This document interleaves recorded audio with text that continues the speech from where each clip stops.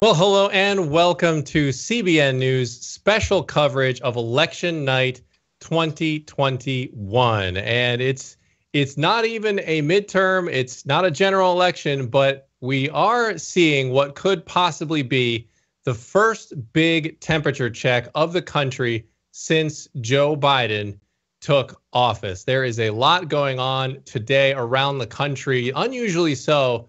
For an election this soon after a presidential election. And what happens tonight, many experts believe, will be a harbinger of things to come in 2022 and maybe 2024. And we are going to talk to CBN's chief political analyst, David Brody, tonight. And joining me to help break it all down as well and talk about all the issues going on is CBN anchor Jenna Browder. How's it going, Jenna?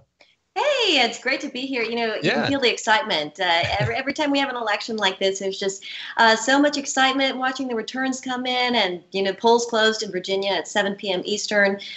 So here we go. But as you said, you know, 1 year after voters voted in the 2020 presidential election, they are weighing in again today, and we'll see how they feel about the direction that our country's headed in, about their local leadership, the federal leadership, and it should be a good time. I think we're all anxious to see how this all shakes out. Yeah, very, very interesting night ahead of us. Indeed, we'll be here for a while watching the numbers roll in.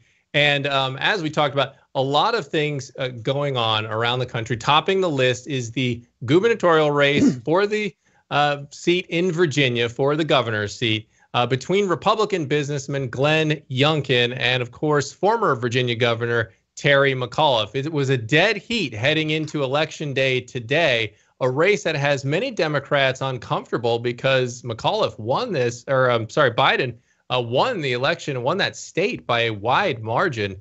And so the fact that this one's even close has a lot of Democrats watching this one closely and being perhaps a little worried about this one. But there's other races going on as well, including in New Jersey, where we have a race between incumbent Phil Murphy and former New Jersey State Assemblyman Jack Ciattarelli. And so we'll be keeping an eye on that race as well.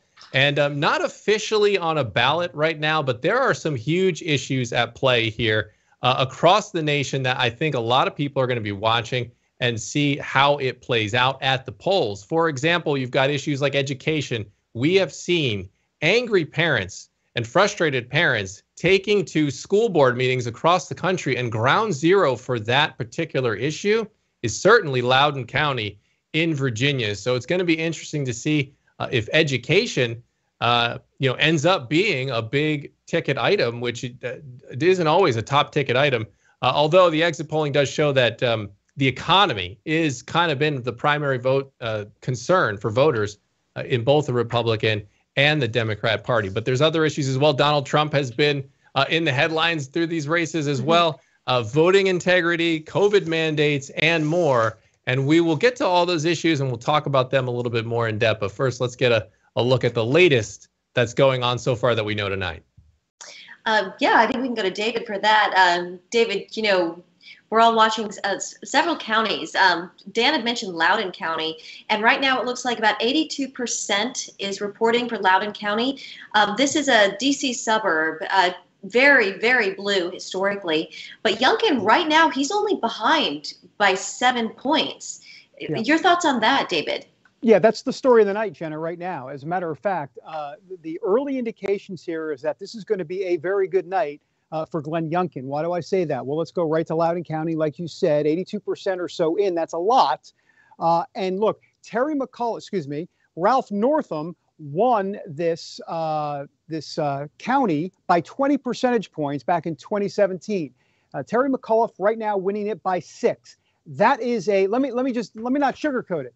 That is a horrible number, an absolutely horrible number. He needs to be in double digits for sure, but he's got to be about 20% or so better than Youngkin, and that's not happening here at all. He's only up 6. You can't do that in Loudoun County, and so that's a big problem for Youngkin. And if you go a little bit just right around there, Prince William County, you know, this is a county once again that Ralph Northam 4 years ago beat Ed Gillespie, the Republican, by about 20 points or so. In Prince William County, McAuliffe only up 8. Now, about 40% are in there in Prince William. We'll see how it all shakes out. But these are ominous signs for Terry McAuliffe because, look, the only way a Democrat can win the governorship in Virginia is you've got to be double digits in the D.C. suburbs. It's just that simple. I mean, most of the other counties in the state will be mostly red, but they're rural. So obviously that's where the numbers are in those D.C. suburbs and exurbs. And right now, McAuliffe is seriously underperforming. That's a big problem. One other point, Jenna, here, very important, not the exit polling, but the actual absentee and early voting that we're seeing. Look, there was a record number of early voting in Virginia. Over 1 million folks voted early. We are getting word that roughly Terry McAuliffe won the early voting by about 14 to 16 points. Everybody's like, oh, okay, that's pretty good. Actually, not really. It should be right around 30 points or so that McAuliffe should have done. Typically, Democrats vote more as it relates to early voting. So that should have been around 30 points better than Youngkin. He's only 14 to 16 points better than Youngkin. Another ominous sign for Terry McAuliffe. This is not going well right now for him, for sure. David, I think another big question, did voters turn out today on election day? That's what Glenn Youngkin needed in order to get, to boost up those early votes. It was a chilly, rainy day here in Virginia. Do you think that had any effect on what we could see tonight? Well, it's good. It's a good question. We don't know for sure. And I'm going to have to kind of go through the metrics of all the numbers because I'm reading you percentages. I'm not reading you vote totals. And so I'll have to take a look. But I can tell you the enthusiasm from Republicans for sure has been there. And also from an exit polling standpoint, Jenna, as I look right over to my right here, it says 53%. This is a CBS exit poll here. Let me just get the exact figure, but it's about 53% or so of folks in Virginia thought that having a parent control what happens with their kids' education is very important. 53%. Only about 3% said, nah, it's not important at all. Well, guess what? Newsflash. That's where Terry McAuliffe was for the last few months of this campaign. And so once again, if the numbers are tracking, that's more good news for Glenn Youngkin. Yeah, that's the issue. One critical issue in this race, David, is education. Glenn Youngkin has run a campaign saying that he wants to empower parents, and that's really set Terry McAuliffe back on his heels some. Do you think that will be the determining factor? You mentioned exit polling. This is a CNN exit poll. 1/3 of Virginia voters say the economy is actually what's most important, both Democrats and Republicans. About a quarter say it's, in fact, education. 16% say taxes, 13% COVID-19. How much do you think education really fired up, not only Republicans, but more of those independent voters, the suburban voters that both candidates were really trying to win over? No, it's a great question, Jenna, and I think quite a bit, because if you think about it, look, the economy always polls as number one, typically in these exit polls. Of course, everybody cares about money and the pocketbook and the whole thing and paying the bills. So that doesn't surprise me. But the fact that education was number two, you don't see that in national exit polls typically, that education is number two. You're seeing it here in Virginia tonight. Once again, it seems I sound like a broken record. Another good sign for Glenn Youngkin if that is the second most popular issue in Virginia. So you're starting to get a picture here of everything we've been saying for the last few months about how education and Loudoun County and CRT and the transgender bathroom issue, all of this, they've all been issues. Well, it seems like it's playing out tonight front and center. Yeah.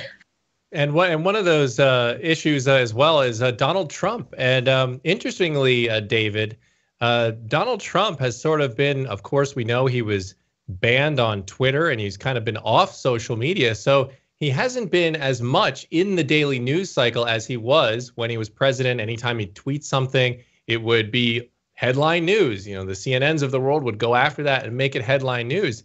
And you have McAuliffe has tried to bring Trump back into this. And I know that he's responded. Youngkin has responded with some ads saying, I think my opponent knows that he's not running against Donald Trump, but he keeps calling him Trumpkin, Glenn Trumpkin. He has said stuff like, do you really want your parents sending, your children to first grade where teachers aren't vaxxed and they're not wearing masks? Well, that's what you get with Glenn Trumpkin. So he's trying to bring Trump back into this. How do you think that's playing? It's not plain at all. You know, if you listen to Terry McAuliffe for a while, you'd think that Donald Trump and Glenn Youngkin were barnstorming around the state, you know, in some sort of tent all over the state. It's not happening. They never had one appearance together. And the one appearance that Donald Trump, quote, did do was a telephone call the night before. So look, I mean, Terry McAuliffe in his dreams would love to have Glenn Youngkin and Donald Trump on a stage, but neither man wanted to do it.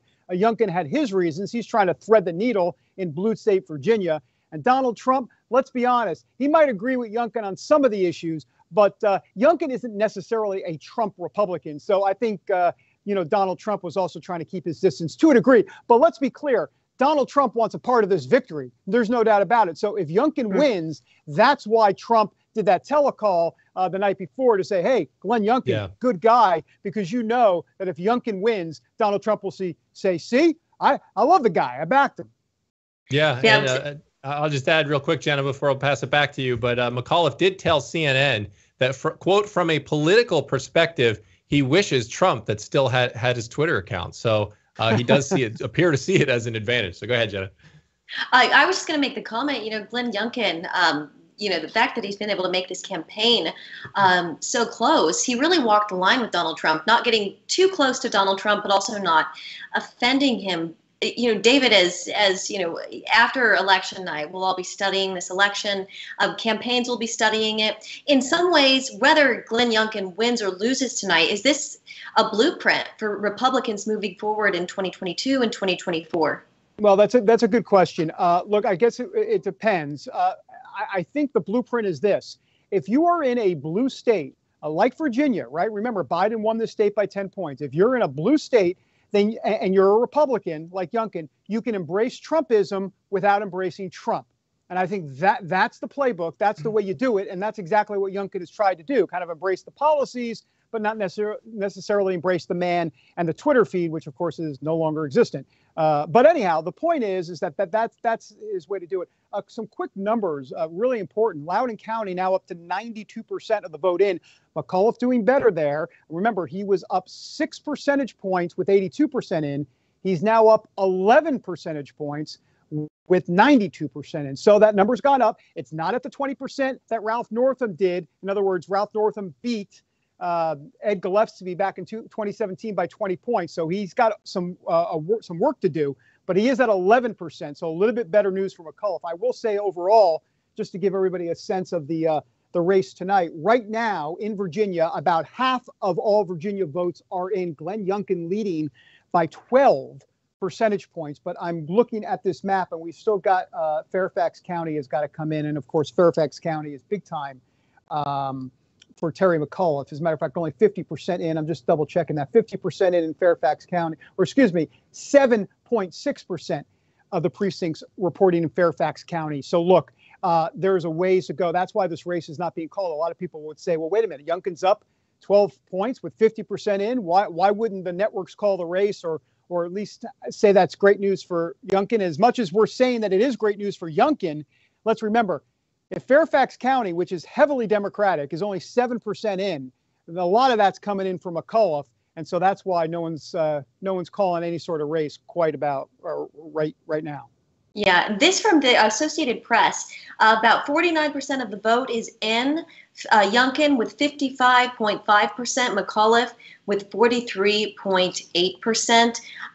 This looks like it's going to be a close race. That's what we were expecting heading into tonight. Neck and neck. The polls just showed a very, very tight race.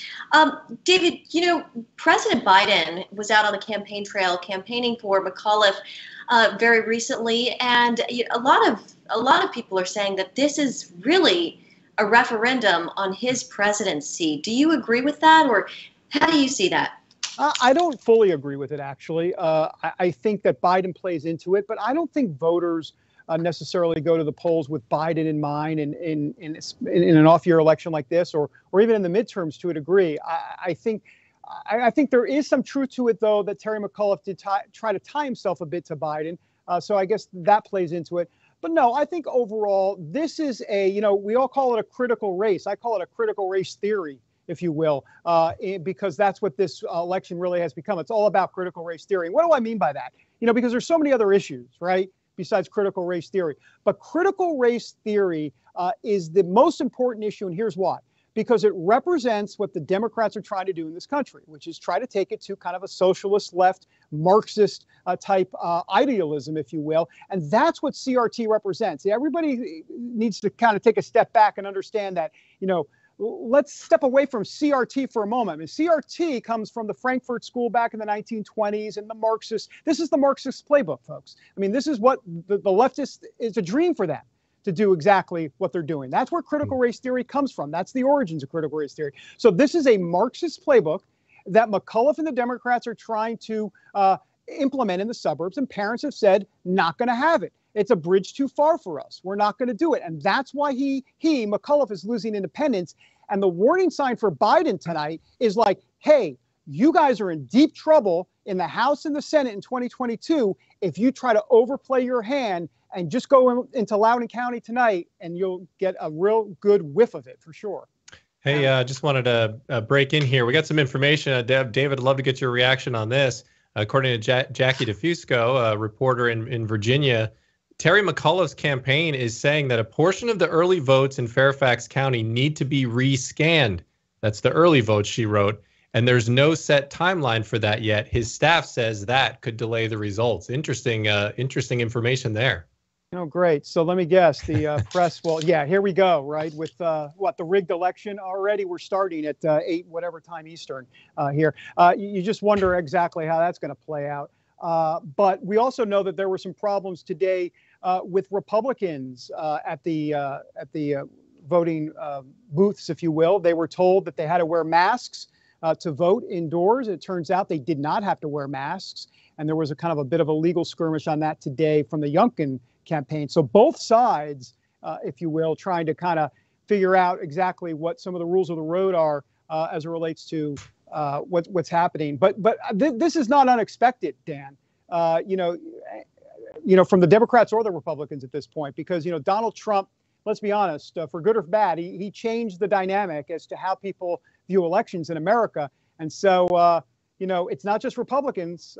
Clearly, McAuliffe and his team are saying, you know what, we'll play the election card too.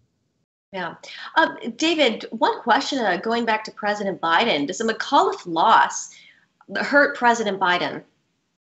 Well, I think, yeah, sure, it hurts him. But then again, look, I think it hurts more the Democrats overall in terms of a reevaluation of what they have to do. And they're going to have to figure that out real quick because, like I said, the Loudoun County, the CRT, I mean, that's the game right there. That's it. I mean, we can talk about the economy. We can talk about taxes. We can talk about immigration. We can talk about, what else? Abortion even. I mean, all of it took a back seat to what was happening in the suburbs. So I guess my answer to that is that, look, I think Biden will take a hit to a degree. But I think Democrats writ large have the bigger problem here because they need to figure out what their identity is going forward. And this identity of far left Marxist politics in the suburbs ain't cutting it for parents. And let's also remember, Loudoun County is a liberal county. Okay. I mean, it's 2/3 white out there and it's relatively liberal. Like it went 20% for Ralph Northam, the Democrat, in 2017. So this is not a bunch of Republicans or independents saying, enough is enough. I mean, this is independents and Democrats also saying, listen, this is a little too much. We got parents in the school. We don't want this. There's an interesting dynamic here, David, and, in looking at who maybe should win, McAuliffe's the only one actually in recent history that has broken this string. And when you look back at Virginia and the presidential races, we know that the presidential races are that 1 year later, the Virginia governor's race happens every time, is there every 4 years. So, but every time except for McAuliffe back in 2013, the opposite party has kind of won the governor's seat. So, according to that pattern, according to history, I know the past doesn't predict, guarantee the future, but that is an interesting kind of pattern that Virginia has fallen into, and I'm wondering if that's going to continue here. Was McAuliffe's win in 2013, was that kind of an outlier and that more just kind of riding on Obama's coattails, or was that because there's some big, push for McAuliffe? No, it's a really good question. I mean, it's kind of a quirky thing, Dan. You're right. I think McAuliffe's problem, honestly, is, when you look at Terry McAuliffe, you look at DNC, right? I mean, it's the Democratic National Committee, it's Hillary Clinton and Bill Clinton, it's Biden by proxy, and just the whole thing together makes McAuliffe a second time around, potentially problematic. I will say this, that when he had that comment, what was it, about a month ago or so, about parents, parents shouldn't have, basically paraphrasing, parents should have any say in their kids' education. That was a very elitist comment. And I think that was one of the reasons why it was so shocking to a lot of folks, because he said the quiet part out loud. But this is exactly what the elitists in both parties, but in this case, it was the Democrats, do. We know best. We know best. And you know what? If you're going to tell a parent we know best, you know what? I'll tell you what. You just woke an angry mama bear, as Sarah Palin would say, an angry grizzly bear, because, you get those mamas upset in Loudoun County and other places, you're in big trouble. Absolutely. All right. Well, hey, we're going to take a quick break here in our special coverage of the election 2021 night here in America. We'll continue after this break. So stay tuned. We'll be back here in just a minute.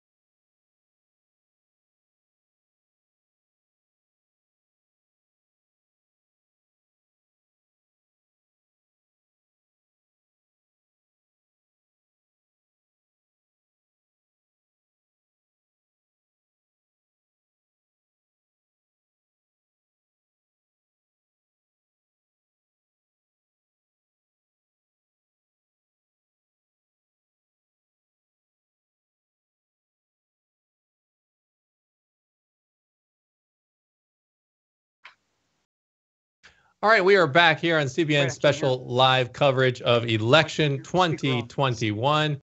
And we are taking a look at the results as they come in of the different races across the country. And early results show Youngkin in Virginia. That is the big race that we are watching tonight, Jenna. The early results have Youngkin ahead. Obviously, it's a long night to go. Yeah. If you're looking at the state of Virginia, you can see it's mostly red right now, but we're looking at a lot of the blue counties, the D.C. suburbs, the Virginia Beach area, Hampton counties, Charlottesville. Those are the counties that really both candidates wanted to do well, with more of the independent voters, the suburban voters, and that's where education came in to really be a big play for these candidates. If we can bring in David, our CBN News chief political analyst. David, I was looking at some numbers today, and if we can just geek out here for just a minute. Since 1981, Prince Edward County and Northampton County have both voted for the winning gubernatorial candidate. I'm curious, your thoughts on that, if you're keeping track of those two counties, and what other parts of the state you're tracking closely tonight. Yeah, Jenna, I like the fact that you said geeked out, which is really impressive to me. So we can now both geek out together. So thank you for doing that. But yeah, let me clue you into Northampton County. As I look at that, we've got about 87% of the precincts reporting, and Glenn Youngkin is up by 7 points. So if this is a Excuse me, I think I have something on my shoulder there. Let me move this. This is a YouTube at its finest. Anyhow, I don't know where that is, but something's crawling on me. That's all right. But yeah, look, Youngkin is up 7 points in Northampton County. And once again, just to reiterate Jenna's point, the winner of the governor's race will win that county typically, or has been. And Youngkin is winning it by 7 points. And the other one you mentioned was Franklin. I'm sorry, what you were saying, Prince Franklin. So let's go to that one. Yep, Prince Edward. Prince Edward. I'm sorry, Prince Franklin. Listen to me. It's only 8 o'clock. Wait till I get to 11 o'clock tonight. There are a lot of counties to keep track of. Oh my gosh, my head's exploding. But Prince Edward County is at about 70% reporting, and Youngkin is up by 16 points there. So look, every barometer we have quoted you tonight has been Youngkin. Loudoun County, Prince William County, Prince Edward County, and we go on, Northampton County, and then the exit polling information, or excuse me, not the exit poll, the early voting information looking good for Youngkin. So I got to tell you, unless Fairfax County does a huge number, and we're waiting on that number, and once again, McAuliffe's going to do a great number in Fairfax County, but will he do an astronomical number? He's going to need that to pull off the victory tonight. Yeah, we should mention to our voters, it's the total vote. It's not county by county. It's the total vote. That's how they will tally this race. David, there is the theory out there that Youngkin actually doesn't need to win the Northern Virginia, D.C. suburbs if he can turn out the southwest part of the state and other parts that are traditionally very deep red. If he can get kind of Trump level numbers in these places, he might not need some of the blue counties. Your thoughts on that theory? I mean, it's a theory, and I guess technically in practice it could work. The problem is you only have a certain amount of votes in certain counties, and rural counties especially. So, that is the harder road. The more effective road for Youngkin, and something he has been doing, is spending a lot of time in the D.C. suburbs, the exurbs, and trying to limit the amount of McAuliffe's win in those suburbs. So, and we're seeing that play out tonight. Loudoun County, for example, Terry McAuliffe only winning by 11 percentage points instead of what he should be winning by, which is about 21. So, you can do it two different ways. And I think what Youngkin is realizing that if you can cut into McAuliffe's lead, I say lead, but if you can cut into McAuliffe's sizable advantage that a Democrat should have in the D.C. suburbs, that's another way to go about that. And look, I think for Youngkin, he's done exactly that strategy because that's where he knows there are a lot of votes. He knows there are a lot of parents, and he knows there's a lot of controversy. And Loudoun County, as we keep talking about, has been the kind of the ground zero, if you will, kind of the focal point of all the controversy that's been going on in the country. And so, hey, look, if you're Glenn Youngkin, you might as well get an Airbnb in Loudoun County and just hang tight.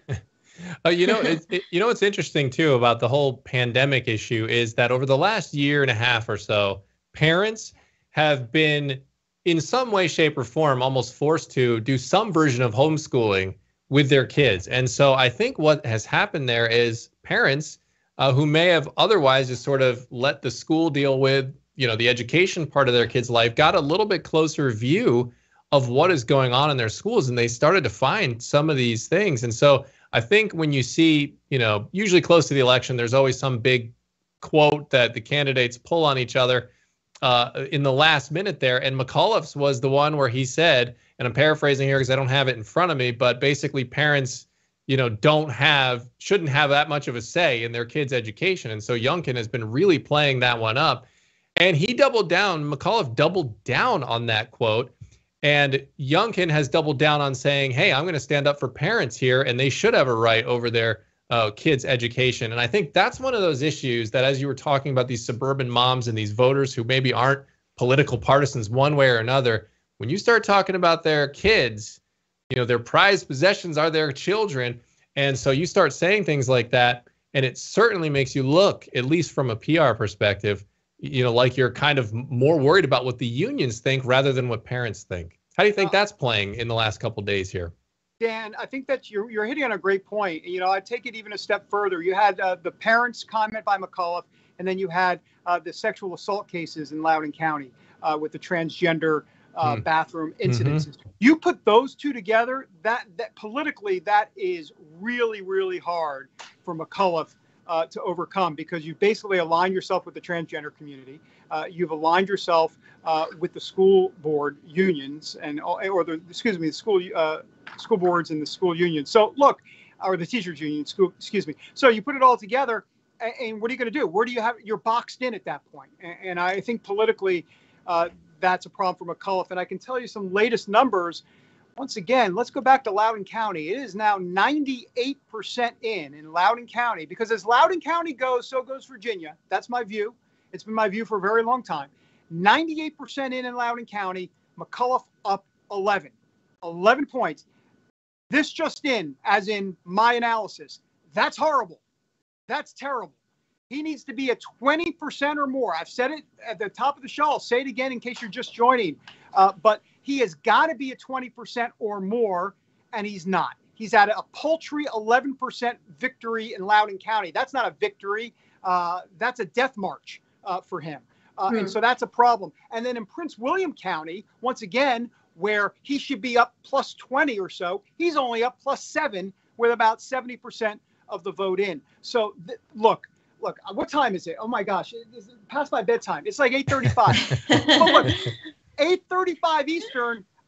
I'm not a political prognosticator. I don't typically call races, but I got to tell you, I mean, unless there's some sort of miracle out there that I'm missing, and I don't think I'm missing it. I mean, this is Youngkin's race to lose, not only at this point, but it looks like he's on his way to victory. Yeah. David, typically in Virginia, we do see the Republican vote start to come in earlier than the Democratic vote. So is that a factor? You know, could we see a blue wave kind of come over the state? Is there, I'm sure that's what the McAuliffe camp is certainly hoping for. Well, yeah, that's true, Jenna. And as I look, once again, to a degree, that's true right now. I'm just going through this. I mean, if you look at the state of Virginia right now with everything in, it's all red. Except for the blue around D.C., pretty much, and there's some other blue in other places in the state. But if you look specifically at Fairfax County, I'm looking at Arlington County here. And Alexandria County. Let me just double check on Arlington County. Okay, so McAuliffe leads by 57 points in Arlington County. Not a shocker. Northam was doing those type of numbers.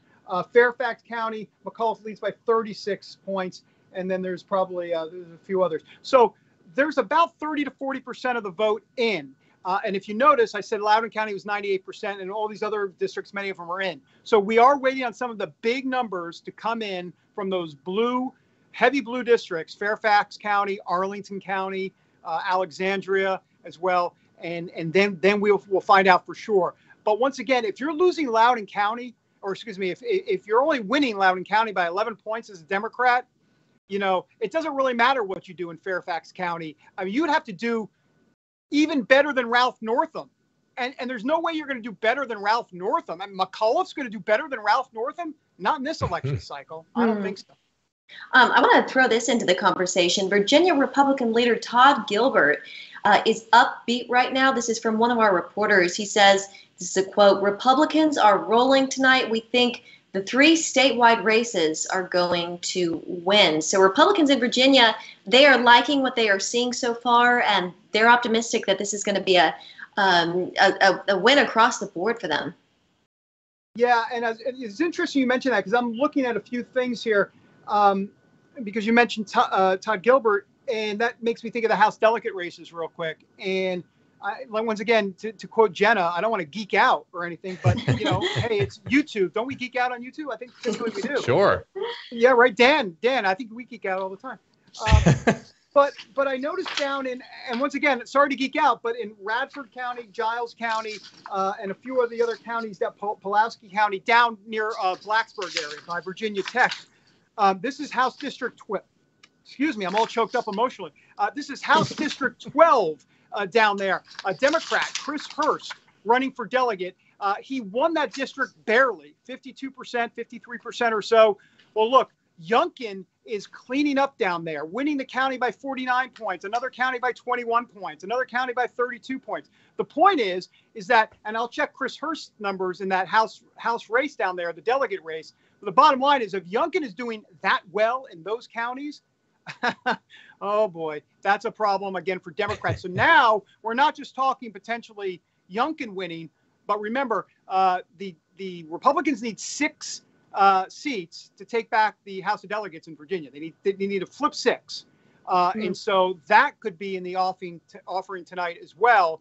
Once again, Democrats took control in 2019. We'll see if Republicans gain control of the House of Delegates tonight in 2021. Yeah, it looks like, just real quick, on Twitter, there's talk of Glenn Youngkin. Some people saying that he should seriously consider running for president in 2024 based on the way things are shaping up tonight. Yeah. I mean, maybe they should let him get across the finish line here before they start tapping him to be the next president. But I was going to say anything can happen. The night it's only 8:40.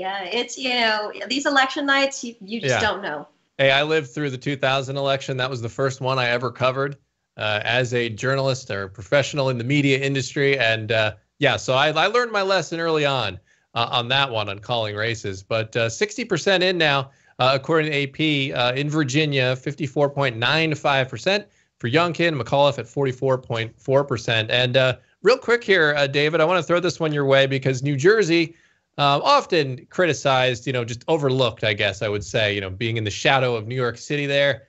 New Jersey kind of often gets just passed by in the big conversation here. But that was another big race that was going on, still very early in the results here on this one.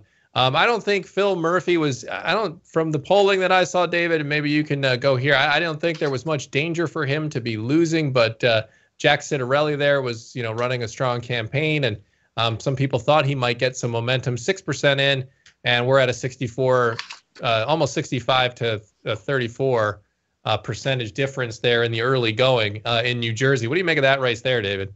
Yeah, I mean, this kind of fell over right from the very beginning, and it starts with the numbers, right? I mean, in New Jersey, Democrats have 1 million more registered voters than Republicans. And so right there, just from a mathematical standpoint, very, very difficult for a Republican to win in what I like to call blue Jersey.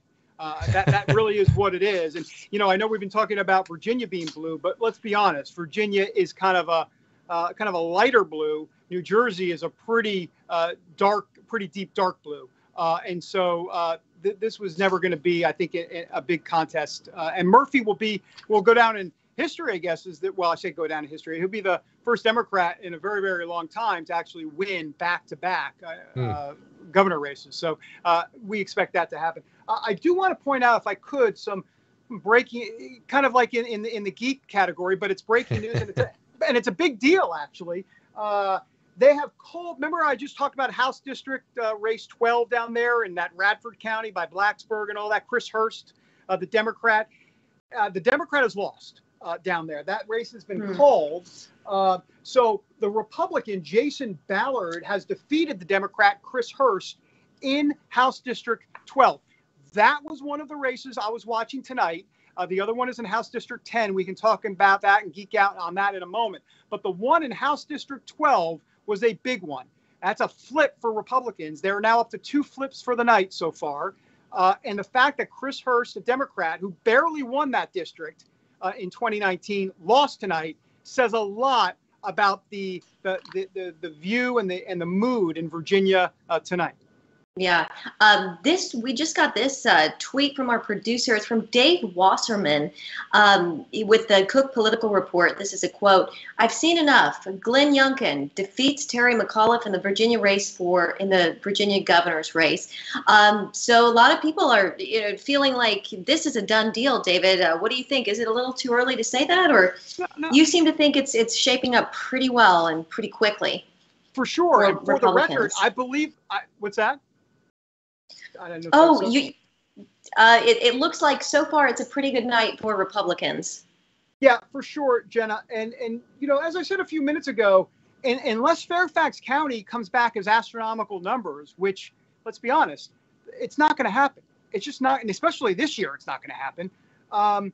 Then McAuliffe is toast. We saw this, we predicted this. All of us were on here at 8 o'clock Eastern tonight, already reading the tea leaves and seeing the numbers and understanding this was going to be a good night for Glenn Youngkin. So we'll wait for the networks to officially project it. But I think we can, I think we've been loosely projecting all night that Youngkin's going to do well. And I think we're right on the money. Yeah, and a few more numbers coming in. I mean, it's Sussex County. Biden won that by 12 with 98% in. McAuliffe up by 1. McAuliffe by 11 in Loudoun, as you were talking about there before, 99% in. Biden won it by 25. That was the one you were mentioning there. Montgomery County by 6 with 69% reporting. Youngkin leads by 21. That is quite a turnaround as well. And Biden won Stafford County by 3, 83% reporting. Youngkin leads by 20. Those are some stunning turnarounds, just in addition to some of the ones that you were mentioning there as well, David. Yeah, and so that's why maybe, and they're joking around with Youngkin running for president, but look, he's up right now by 10 percentage points statewide, and what is it, about 61%. My guess is that'll narrow. Well, will narrow because, Fairfax County will come in. But if he's winning Virginia, blue state Virginia, that went for Biden by 10 points, went to Northam by a decent amount as well. It wasn't as much as Biden's in 2020. But if you're telling me if Youngkin wins by 5 percentage points in blue state Virginia, look, that is more than a resounding victory. That is an emphatic statement that says a lot about what the Democrats have done here. I think that would be the storyline. There's no doubt. This is an overplay by Democrats. Parents are onto it. They said, stop. We don't want this. And this is the playbook for 2022 for Republicans, to make sure you just camp in the suburbs. As I've said, I'll call it the Airbnb strategy. Just go ahead and camp in the suburbs if you're a Republican and just hang out at school board meetings and make TikTok videos all day. And I tell you what, you'll be going viral and people will see what's really up in this country. All right, let's head to a break here. We want to take a quick reset, and we will come back on the other side of the break. We'll look at some more of these numbers coming in. They're coming in fast and furious.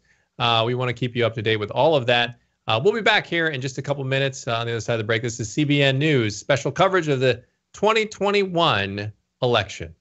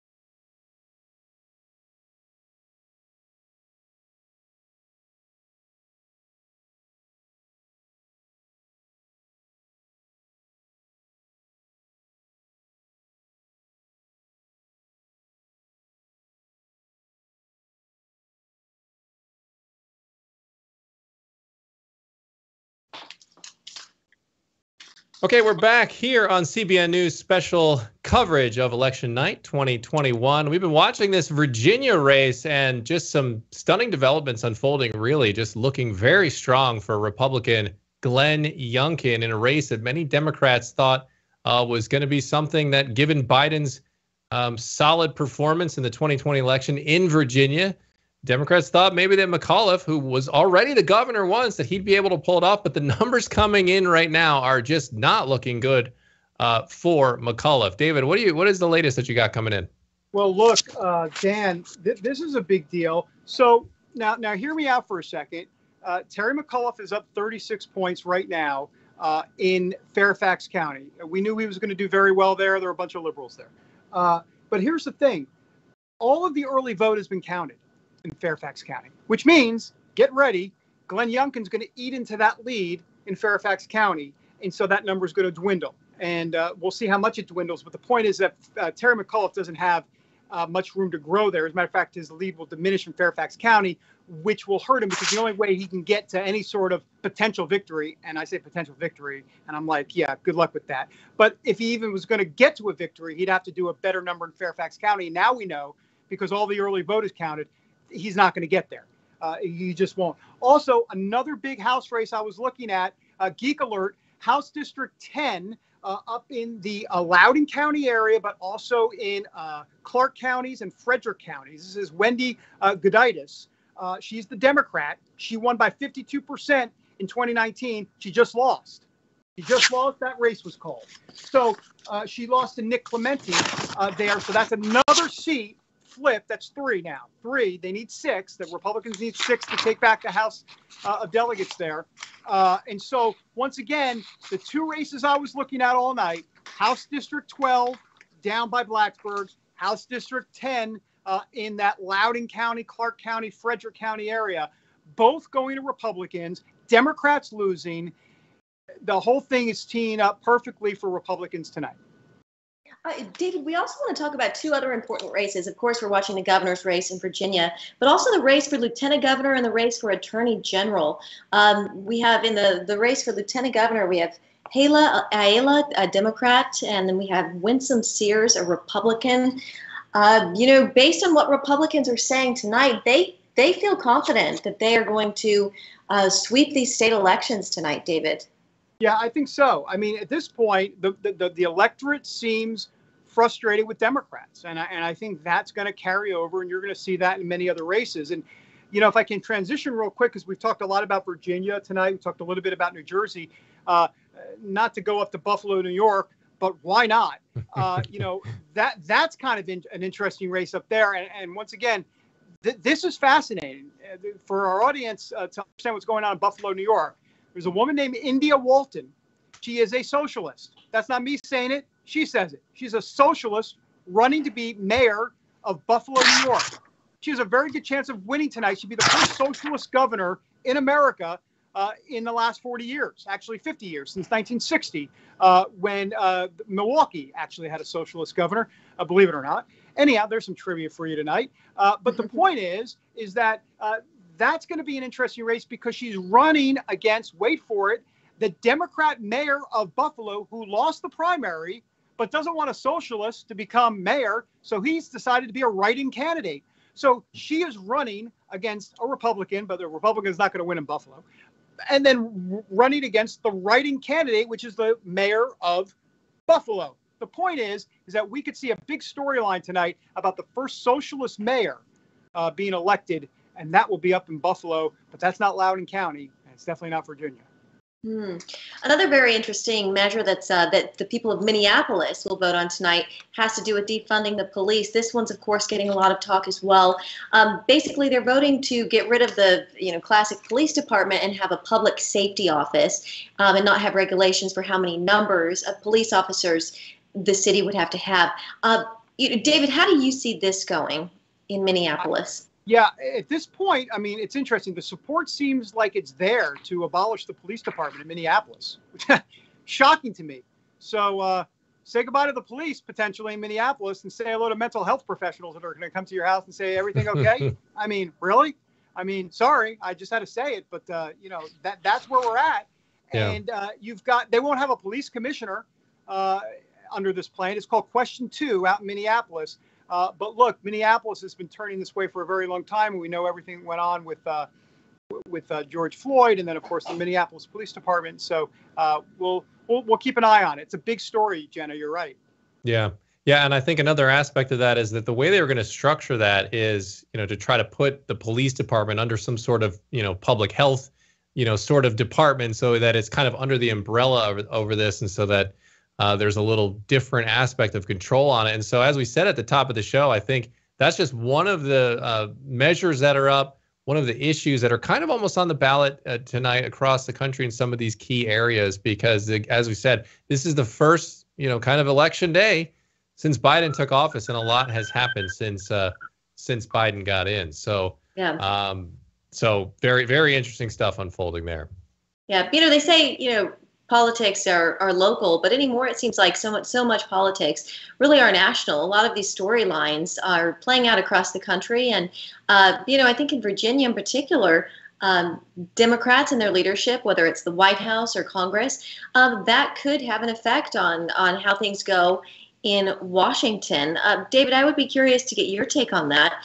How much of this is really you didn't want to say referendum, but speaks to Democratic leadership? Yeah, I definitely think it's a referendum. I'll use that word. Sure, why not? On Democrats and Democrat leadership. But you made an interesting point, Jenna, and I want to explore this a little bit about national politics versus local politics. There was a pastor, a friend of mine. I actually have a friend that's a pastor, and he said, take care of your own bean patch. In other words, take care of what's right in front of you. Sometimes we get so spooked by national politics and, who's up and who's down, Republicans, Democrats, national leadership. But the truth of the matter is that a lot of this germinates at the local level. Critical race theory, transgender bathroom policies, transgender athletes competing against women in high school sports. It all starts at the local level. And I think in this race, in Virginia specifically, we're really getting a taste of it, because as much as this has become a national issue, where did it start? It started at the local issue. And that's the point. Whether you're a Republican or Democrat, an independent or an animal, vegetable or mineral, the bottom line is that take care of what's happening right in your area, whether it means understanding what's happening at the local school board, the PTA, the Rotary Club. Did I really say Rotary Club? It's like 1952. Do they still have Rotary Clubs? The point is that you got to understand the local significance in your own community. And I think that is very, very important. We're seeing the local contingent tonight in the counties across Virginia rise up and say, yeah, we're not having any of this. Yeah, indeed we are. Some new numbers from Fairfax County, David. 31% reporting. McAuliffe at 68%. Youngkin at 32%. Your thoughts on that? It seems like McAuliffe is doing very well, but does his number need to be higher, David? Well, no, it doesn't need to be higher. I mean, that's a really good number, but it's going to go lower. Because the early vote has been counted. And Democrats and McAuliffe do well with the early vote. So now comes some of the same day vote, today's vote. And so that will start to trickle in. And so Youngkin will be able to eat into that lead a little bit. I would not expect it to be 36 at the end of the night in Fairfax County in terms of a differential. I mean, I can't make the prediction, but it won't be 36. That would be a very good number if that held up, but it won't. But I do think that, Fairfax and Arlington, Alexandria, we're also waiting for those results to finally get in. And that's why the networks, I don't believe the networks have called this race. Dan, right? I don't think they've, or Jenna, I don't think they've called the race. I'm sure we would have reported that if they did. But that's what they're waiting for. They're waiting to make sure that there's not some sort of last second surprise in some of those big DC suburbs before they call this thing. Yeah, and we should point out the GOP has not won a statewide race in 12 years. So a victory tonight would be a big win for Republicans, and one that they haven't seen in a long, long time.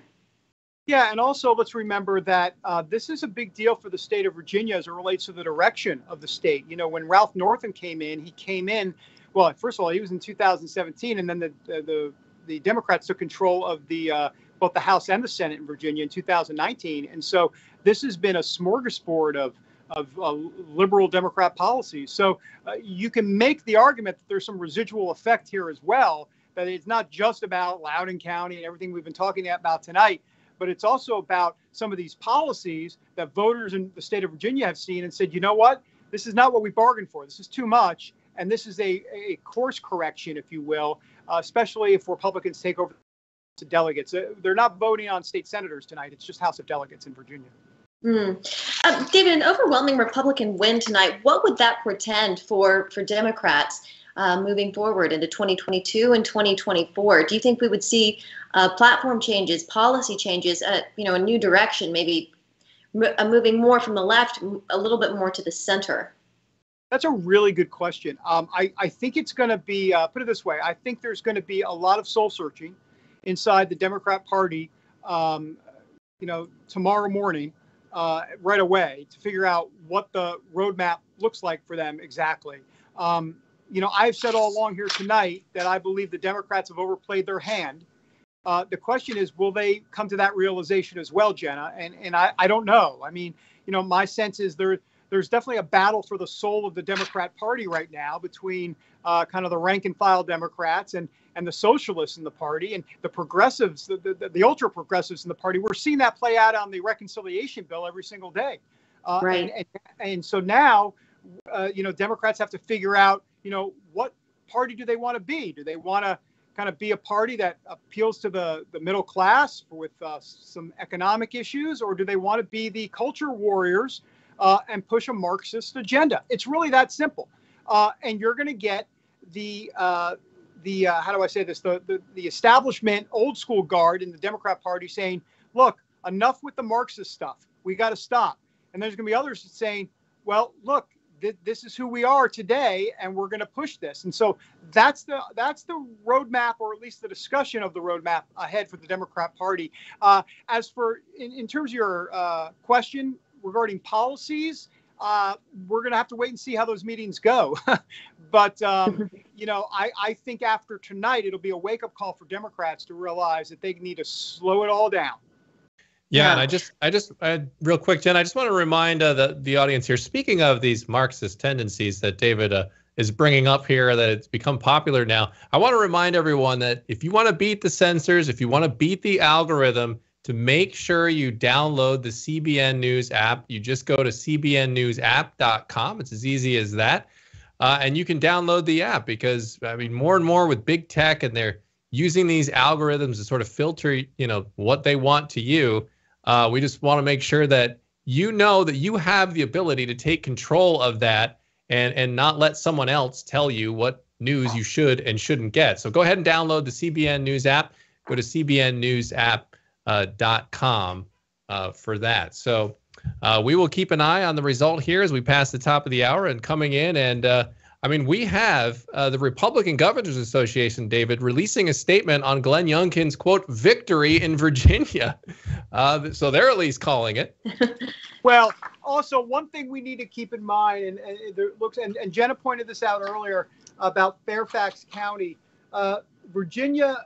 Apparently, Fairfax County, Virginia officials have announced that they are, quote, rescanning ballots and will be releasing their vote totals later tonight. Folks, look, I ain't the smartest guy in the room, but you're going to rescan a county that needs to go for McAuliffe in big numbers in order for him to win, and that's the county you're rescanning? Look, call me skeptical, but really, that's going to be a big story, though it may not matter ultimately. It looks like it's a Youngkin night. Yeah, Republicans feeling very strong as we start this new hour at 9 o'clock. David, I did want to ask you about President Trump. Say Glenn Youngkin wins tonight, takes over the governor's mansion in Virginia. What does that signal to Donald Trump? We all know he's been kind of toying and teasing with the idea of running in 2024. Of course, a lot of it hinges on what happens tonight, what happens in 2022. But what is he looking for tonight? And does this in some ways encourage him to throw his hat into the ring? So Jenna, here's the thing. I don't think this affects Donald Trump at all. And let me explain why. You're going to here's the mainstream media narrative after tonight if Youngkin wins. They're going to say, Youngkin did it. He basically dissed Trump. He stayed away from Trump. And this is the way Republicans need to win elections. Hold on for a second.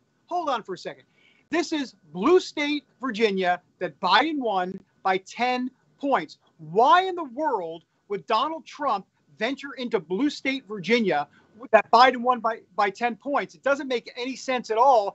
And exactly why Youngkin did what he did, which is, why would he say, hey, Donald Trump, why don't you come on over with me for a rally in the D.C. suburbs? Look, that ain't going to go over well. I mean, it's not going to go. So here's the point. The media is going to make this sound like Youngkin, they're going to rip Trump and they're going to say, you see, Youngkin did it without Trump. Who needs Donald Trump? Donald Trump was not a factor in Virginia because it was a blue state. that Biden won by 10 points. Trump should stay far away from states like that. There's no reason for him to be. He's not going to win, most likely, a state like a New Jersey or Virginia is a lighter blue. But the point is, it's a blue state. That's not where look, that was not one of the swing states in 2020. It'd be different if Youngkin was winning in a place like Georgia or, Iowa or something like that. But I don't think it has much effect on Donald Trump at all. The media will tell you the exact opposite, by the way. All right. Hey, I want to bring in, we've got a guest on the line here. Julia Manchester from The Hill is on the phone line with us.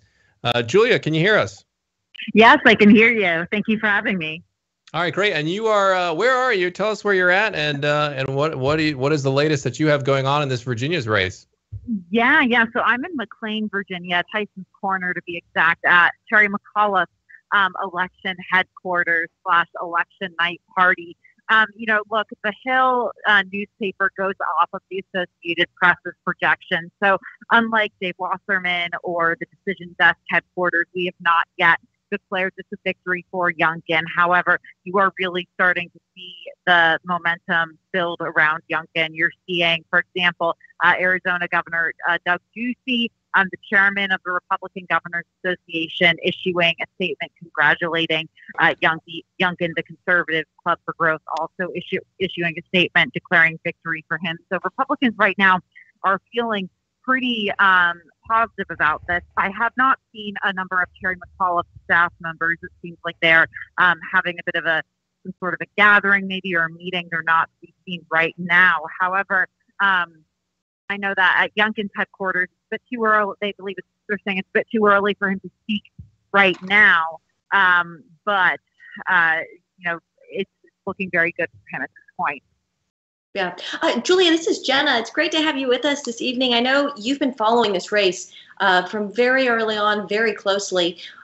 What's the mood like there at McAuliffe headquarters? It's interesting. I don't know if a lot of attendees yet are really understanding which way the race in this exact moment is going. A lot of us political watchers are watching the results come in minute to minute, watching people like Dave Wasserman, the Cook Political Report, for example, and his predictions.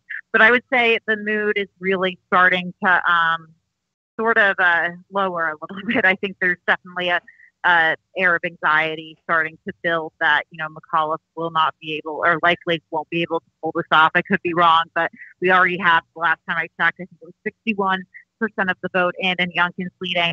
That's not good for McAuliffe. Yeah. Julia, let's talk about, what's really at stake here. If Glenn Youngkin does manage to squeak this out, what would this win mean for the Republican Party at large in Virginia, but also on a national level? Well, in Virginia, I think you are going to see Republicans really try to take aim at a lot of the Democratic impact, or I should say, initiatives they've looked to institute over the past couple of years under Democratic control. They will likely try to lower taxes, slash the grocery tax, for example. There seems to be a fear among Democrats that they could roll back abortion rights, for example. So you hear them talking quite a bit about that. Nationally, though, I think going into the 2022 midterm elections, I think you're going to see a lot of Republicans looking at Youngkin as a candidate who could be good to replicate in states where Trump is not popular. You are going to see a lot of Republican consultants, operatives looking to sort of replicate that Trump-like sort of candidate status in maybe other light blue states or swing states. So I think it's going to impact the Republican strategy, and it could impact how President Trump gets involved in these races. Look, President Trump was not that involved in Virginia. He put out a number of statements throughout the year on the race, hitting Terry McAuliffe and praising Glenn Youngkin, but he never campaigned in person with Glenn Youngkin. He only did that 6-minute tele-rally a couple of nights ago, and then I believe it was last month or the month before, he did that called into another rally in Virginia. So I think it's going to kind of switch around the dynamics of Republican campaigning going forward. Yeah. We saw on the campaign trail, McAuliffe had some of the biggest names in the Democratic Party. We just saw former President Barack Obama. There's President Biden out on the campaign trail with them, and many, many others. Julia, this seemed to not based on the way things are going tonight and the numbers that we're seeing come in, it doesn't appear that these heavy hitters will be able to pull McAuliffe over the finish line. No, it doesn't seem that it's at this point, and based on the numbers we're getting in, that Democrats were able to really drum up that enthusiasm. Instead, you've seen a figure like Glenn Youngkin, someone who was virtually unknown at the beginning of the cycle, really being able to draw in thousands of people and crowds towards the end of his campaign. Last night I was in Fairfax County at Terry McAuliffe's last rally, and in Loudoun County at Glenn Youngkin's last rally. And it was just a completely different vibe. There were probably 100 to 200 people, and I'm eyeballing that at Terry McAuliffe's rally, where at Youngkin's rally, we're being told there were 2,000 to 3,000 people.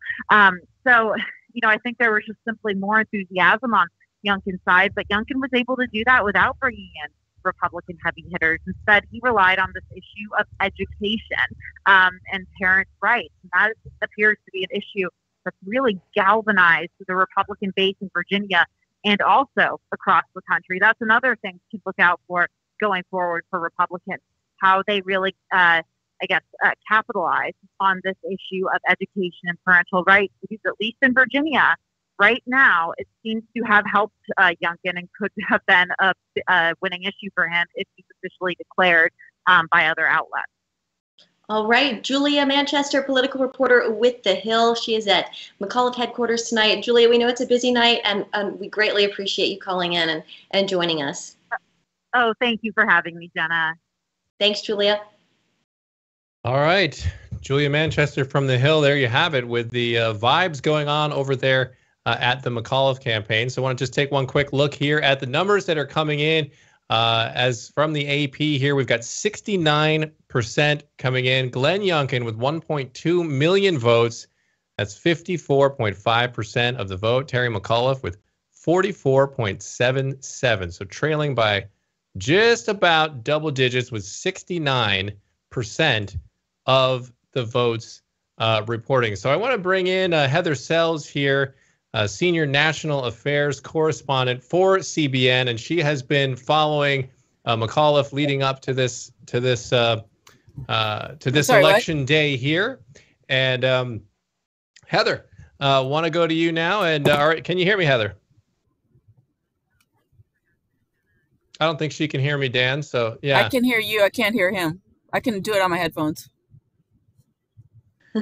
So we've got Heather. She apparently can't hear me talking right now, but Heather has been also checking in on the McAuliffe campaign. So while we figure out hear Dan Andros her audio situation. So can you hear me now, Heather? We can do the old commercial. Can you hear me now? I can hear you. I can hear you. Okay. Well, great. We're on. So let's go ahead and talk to America here about this election. So you've been following the McAuliffe campaign here. So just a short time ago, Heather, it sure looked like, according to Democrats and probably McAuliffe, they all thought it looked good for them, but obviously it's turned around. And so what exactly happened here in the McAuliffe campaign? Yeah, and I think it's worth noting just a little bit of the backstory, if you will, as we're waiting on these results. But it's really been incredible, because here in Virginia, it was almost a ho-hum race, if you will, Dan. I mean, people were just kind of assuming that McAuliffe was going to win, and that was that. And then on the second and final debate, that was September 28th, you had, if you look at the clip, it's really incredible, because you can see how McAuliffe really was so confident that he was calling Youngkin clueless when they were talking about books in schools and who should be in charge of deciding what books are in schools. And then he made the phrase that, said the phrase that he will, I'm sure, regret for the rest of his days, where he said that he, did not think that parents should be telling schools what to do. And then literally the next day, this is how national and state politics can intertwine. The next day, the National School Board Association sent a letter to the Biden administration saying, literally in effect comparing parents to domestic terrorists and saying, we're concerned and you need to help. And then on October 4th, just 5 days later, the Attorney General said, yeah, we're going to get the FBI involved here. This is really serious. And all of these factors came together in really a perfect storm, if you will, and dramatically affected the race. So it's really fascinating what is happening in Virginia in terms of both state politics and national politics. I also want to mention that McAuliffe and the president decided to link arms, in effect here. The president decided to throw himself into this race, campaigned with McAuliffe. And so in some respects, this race, if McAuliffe doesn't pull it out, is going to be really tough for the Biden administration, and it is not going to bode well there. They're going to have to figure out some things. So many different ramifications from this race. I could go on and on, but really interesting to watch and really interested to see who indeed is going to win tonight. Yeah. And you spoke with Eric Erickson about that issue, about kind of, what the thought leaders about the Virginia race and what's happening nationally with school board leaders, with school boards and et cetera. So what did he say? What did he think was coming up? Right. Well, one of the things that he mentioned is that if indeed Youngkin wins here, that he thinks the Biden administration will, in some respects, have to walk back what they have done in terms of pitting the FBI almost against parents. What a bad look for the Biden administration. So, it'll be interesting to see, again, if Youngkin wins, what this means for that debacle, and maybe the Biden administration, the DOJ, will pull back some. I also want to point out that, this parent movement has really been fascinating. It really, in some ways, has just kind of come out of nowhere.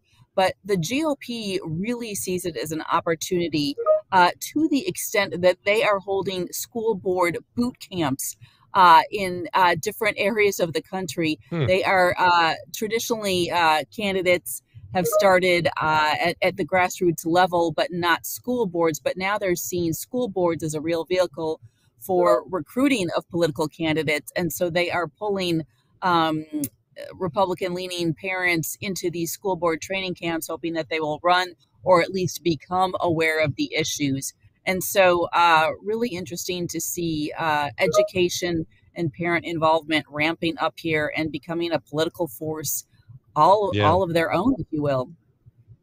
Yeah, Heather, and an interesting thing about that I find, as a parent myself, and you just see parents who, I think it takes a lot to get them to actually want to go to some of these school board meetings, right? You're going about your life, you're doing your job. You don't want to have to deal with these school board meetings. And so one of the ways that the McAuliffe campaign seemed to try to deflect this anger that people are having at these school board meetings is just to say that it was an organized effort, and that it was these people were just being, riled up by activists and just sent out there. And my experience has been it takes a lot to get parents to actually go out there, let alone be super angry and animated and willing to get arrested, as some of them have. You've been seeing that on the B-roll there. So to me, that shows that it's more of an authentic issue rather than sort of a phony outrage that's just, stirred up for political purposes. And it seems like the McAuliffe campaign may have grossly misjudged that.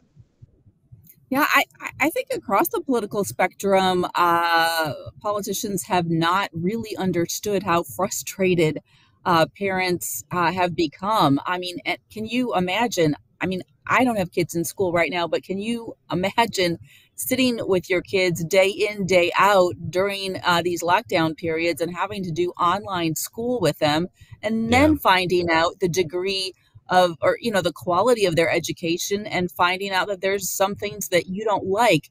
I think the parent movement, I don't want to paint it with too broad a brush. It's complicated. It's nuanced. Parents are coming to school board meetings, and parents are concerned for a host of different reasons. And there's parents across the political spectrum who are concerned. So you have parents who are for masks, parents who are against masks, parents who are concerned about pornographic books in the school libraries, parents who are concerned about the transgender issue on both sides of it, parents who are concerned about other COVID policies, parents who are concerned about special needs kids. So many concerns at this point in time. And I think it's really bubbling up and very organic and very potent. And I think it's going to continue. All right, CBN's Heather Sells, thank you so much for spending a little time here on the broadcast. Appreciate it. You're welcome. All right, just want to relay this, and then we'll turn it back over to David and Jenna here. But Pence, he just congratulated Youngkin and said, "Congratulations to Governor Youngkin on a huge victory. Glenn will serve the people of Old Dominion well with common sense, conservative policies that will benefit parents, families, and hardworking Virginians. The conservative comeback is here." So that is from former Vice President Mike Pence. Yeah, there's a lot of Republican praise coming in. The race is not, we should mention the race has not been called at this point, but, former Vice President Pence weighing in, Senator Lindsey Graham weighing in. He says there are 5 takeaways from Virginia tonight. 1 is Virginia has rejected Biden's radical agenda. 2, the Democrats' trump card against Youngkin didn't work. David, your thoughts on that as we see a lot of these Republican leaders step forward and congratulate Glenn Youngkin? Yeah, speaking of Republican leaders, Donald Trump weighing in. Here's a statement from the 45th president of the United States. Here's what he says. I'll just read it right in front of me here. Early indications are that MAGA voters are turning out big for Glenn Youngkin. Let's see what happens. And then leave it to Trump to say this at the end. All eyes are on Fairfax. Why the delay? Is what he says. And that is a good question. What's going on in Fairfax County? I will say this. The latest on Fairfax County, remember, Terry McAuliffe was up by about 36 points or so. That was expected in terms of him doing big numbers there.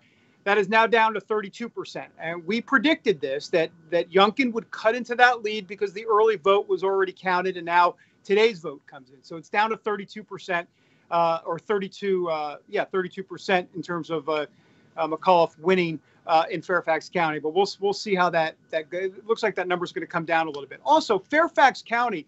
Once again, I feel like I need a buzzer every time we're going to geek out. Let's geek out again.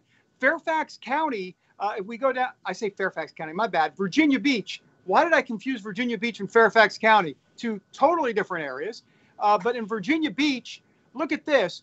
Glenn Youngkin is winning in Virginia Beach by 18 percentage points tonight. You say, that's neat. Thanks, David. But then if you look back in 2017, it was Ralph Northam winning down in Virginia Beach by 5 percentage points over Ed Gillespie. So quick little math, plus 18 for Youngkin, plus 5 for Northam. That's a plus 23 victory, if you will, for the Republican candidate in 2021. And if you go down the board here in Loudoun County and Prince William, or not Prince William, but in Loudoun County and some of these other counties, Republicans are doing much better. Stafford County is up in Republican turnout. Loudoun County is up in Republican turnout. So this is just, once again, another indication that this is Glenn Youngkin's night, no doubt about it. All right, so we've got, we'll take a look here at the latest numbers that are coming in. And actually, you know what, Dan, why don't we go ahead and take a little break here just real quick. We're going to bring in CBN's Terry Mergener here on the other side of the break. She is at Youngkin headquarters. So we'll do that on the other side of this break. This is CBN News special coverage of Election Night 2021. We'll be right back.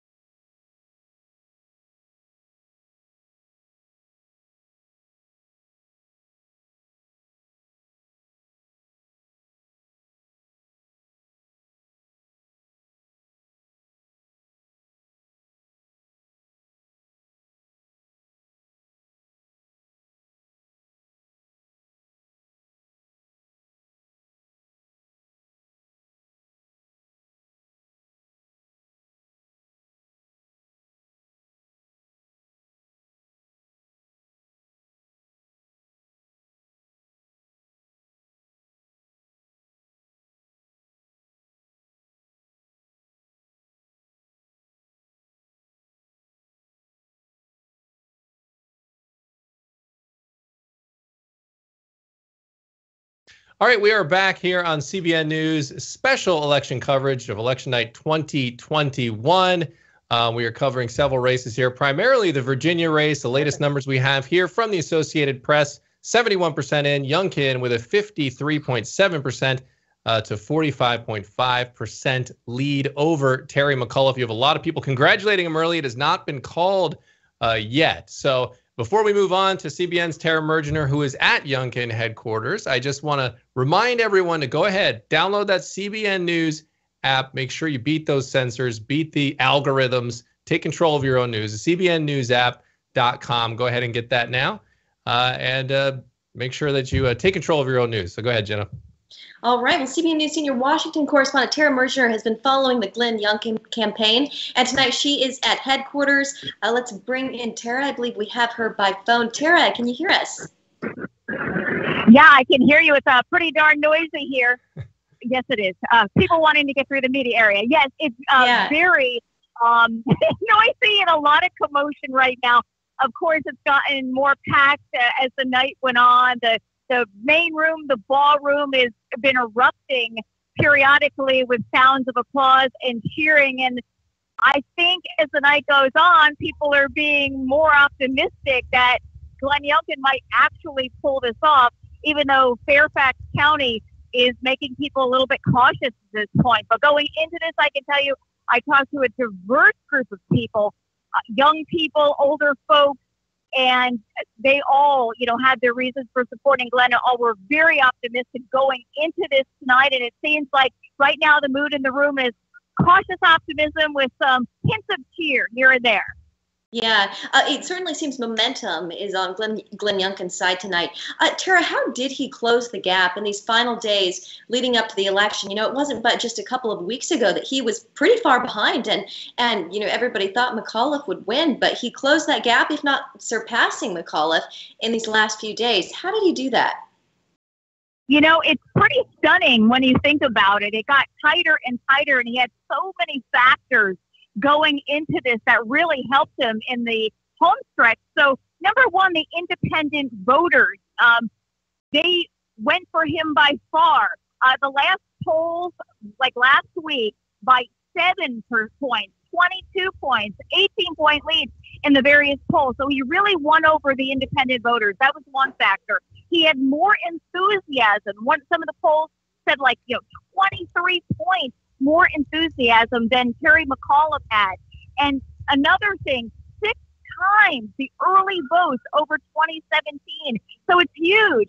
And another thing, you can't discount the Biden factor. As President Biden started dropping in the polls consistently, McAuliffe pretty much dropped along with him. Youngkin attracted hardcore conservatives. He attracted suburbanites in Northern Virginia who did not like Donald Trump, but think he's okay. The economy was key, education. We've covered extensively the issues in Loudoun County, concerned parents, and then McAuliffe essentially had what you would think would be a gap when he said parents should not have a say in what their kids learn in school. So it all played out. Critical race theory, that was a huge issue. And, Glenn Youngkin says parents reached out not just in Virginia, but across the country saying, please, we need somebody to stand up for us. So it's almost like the perfect storm for him to close the gap in that home stretch. UVA political scientist Larry Sabato just told MSNBC that McAuliffe staffer told him that the results are, quote, a bloodbath. Tara, if Glenn Youngkin does win tonight, what does this mean for Virginia Democrats next year? Larry Sabato called tonight a bloodbath for Democrats. Yeah, that really says something, doesn't it? Well, sure. I mean, this is what the Democrats feared. So in 2019, it was the trifecta. They got the governor's chair. They got both sides of the General Assembly. For the first time in 25 years, Virginia took a pretty hard swing to the left in recent years. And if Youngkin pulled this off, it's pretty much going to knock the wind out of their sails, lose that momentum. And as Joe Biden keeps falling, and not just Virginia, but across the country in the polls, it's really going to hurt Democrats going forward. if not cause an all-out panic in that party. But as far as Virginia is concerned, there is potential for Republicans certainly to pick up some seats. Democrats are only defending a handful of them. And Youngkin, they could ride his coattails across. Too early to tell if that will happen, but it's looking very good. If he pulls this off tonight, it's looking very sunny for Republicans going forward. And we are looking at a live shot of the Youngkin campaign headquarters. As Tara's mentioned, it's a very lively scene there. She used the word cautious optimism as the poll numbers continue to come in. Tara Mergener, senior Washington correspondent for CBN News, great coverage tonight. We thank you for joining us, and best of luck. I know you'll be on the 700 Club tomorrow morning. So thank you, Tara. Absolutely. You're welcome. All right, there you have it. Yeah, CBN's Tara Mergener, and just, you could see that was the live shot, obviously, of right where she was at, and you could see it was even hard to hear her over the phone, and for obvious reason. It seems to be that the Youngkin camp has looks like reason to be excited, and certainly, as we've mentioned, you see a lot of Republicans, Vice President Pence, and others already chiming in, sort of, as we keep mentioning, it hasn't officially been called yet, but it sure seems like all the people who are looking at this, they seem comfortable in going ahead and saying, hey, this thing is looking very, very good for Youngkin. So David, he looks like he's deep in thought there. David, I have a feeling you're looking at some numbers, watching some of the specific counties. What can you tell us? What are you gleaning over there? Well, I was dozing off. No, I wasn't dozing off. It's an exciting night for Youngkin, clearly. There's a lot of things I'm sifting through. First of all, we talked about exit poll numbers and the fact that the economy was the number one reason voters were going to the polls. It turns out Youngkin did better with those voters. The ones that said the economy was number one, Youngkin did better, not McAuliffe. And that's not surprising, because have you checked what prices are lately? Hashtag inflation. And can I get my kid a Lunchable? I can't even go to the store and get anybody a Lunchable. Literally, the stores are like bare of so many different items. And so this is Joe Biden's America we're living in, and Terry McAuliffe got caught up in it tonight. So there's that's one part of it. There's so much more. Donald Trump just released yet another statement. Shocking that Donald Trump, he's such an introvert, Donald Trump. But he apparently has released yet another statement. I like this one. I would like to thank my base for coming out in force and voting for Glenn Youngkin. Without you, he would not have been close to winning. The MAGA movement is bigger and stronger than ever before. Glenn will be a great governor. Thank you to the people of the Commonwealth of Virginia, and most particularly to our incredible MAGA voters. So really, hey, Glenn Youngkin, way to go. But it was really MAGA that got you over the top. It will be interesting to watch, Jenna. There could be some truth to this. And I think a storyline to watch going forward is, what is the ideological breakdown of the vote tonight? In other words, who identifies as MAGA, who identifies with a lot of the Trump issues, and were those voters instrumental in getting Donald Trump? Listen to me, getting Youngkin over the top. I think ultimately, though, it was independents that really helped Youngkin tonight. Oh, that was my thought, David. I think it appears Trump's base did show up in force for Glenn Youngkin, but also, it's the suburban voters in the northern D.C. suburbs and Virginia Beach and Charlottesville, in some of these areas that are more blue. It's the independent voters who are appearing to come out and support Youngkin. Not necessarily your Trump voters, I would add. This is also from President Trump's statement. This is a quote from former President Trump. "It is looking like Terry McAuliffe's campaign against a certain person named Trump has very much helped Glenn Youngkin. All McAuliffe did was talk Trump, Trump, Trump, and he lost." To the former president's point, McAuliffe did talk about Donald Trump a lot, and that seemed to be a little bit of a stale talking point, David. Yeah, well, that's because you don't have to do much when the economy is crumbling and you're living in Joe Biden's America, which has been, let's be honest, by any calculation, by any empirical data, has been a relative disaster. And so, you can talk Trump until the cows come home, but if, milk is up and you can't get a Lunchable, so to speak, you know what I'm trying to say? The bottom line is, in a way, all Republicans needed to do, and Youngkin tonight needed to be stationary. Just march it down the field and let the Democrats implode all over you. And that's what's been going on. And look, I don't want to take anything away from Youngkin, but like Youngkin's not Brad Pitt. I mean, it's not like he's like this rock star out there. Youngkin is a pedestrian Republican center-right candidate. That's who he is. Yeah. He's a business guy. And so, it wasn't Youngkin's magnetism that did the trick tonight.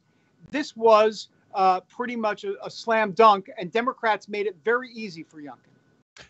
Yes, and he's very Mitt Romney-esque, to your point about him. I was just thinking that, Dan. Yeah. I was just thinking that. Yeah, so your description made me think of that again as well. But I want to bring something up that we touched on earlier in this broadcast. That McAuliffe campaign, when they mentioned the Fairfax rescanning thing, they said they were having some issues in Fairfax with the early votes and that they were going to have to maybe take a look at these and rescan them all.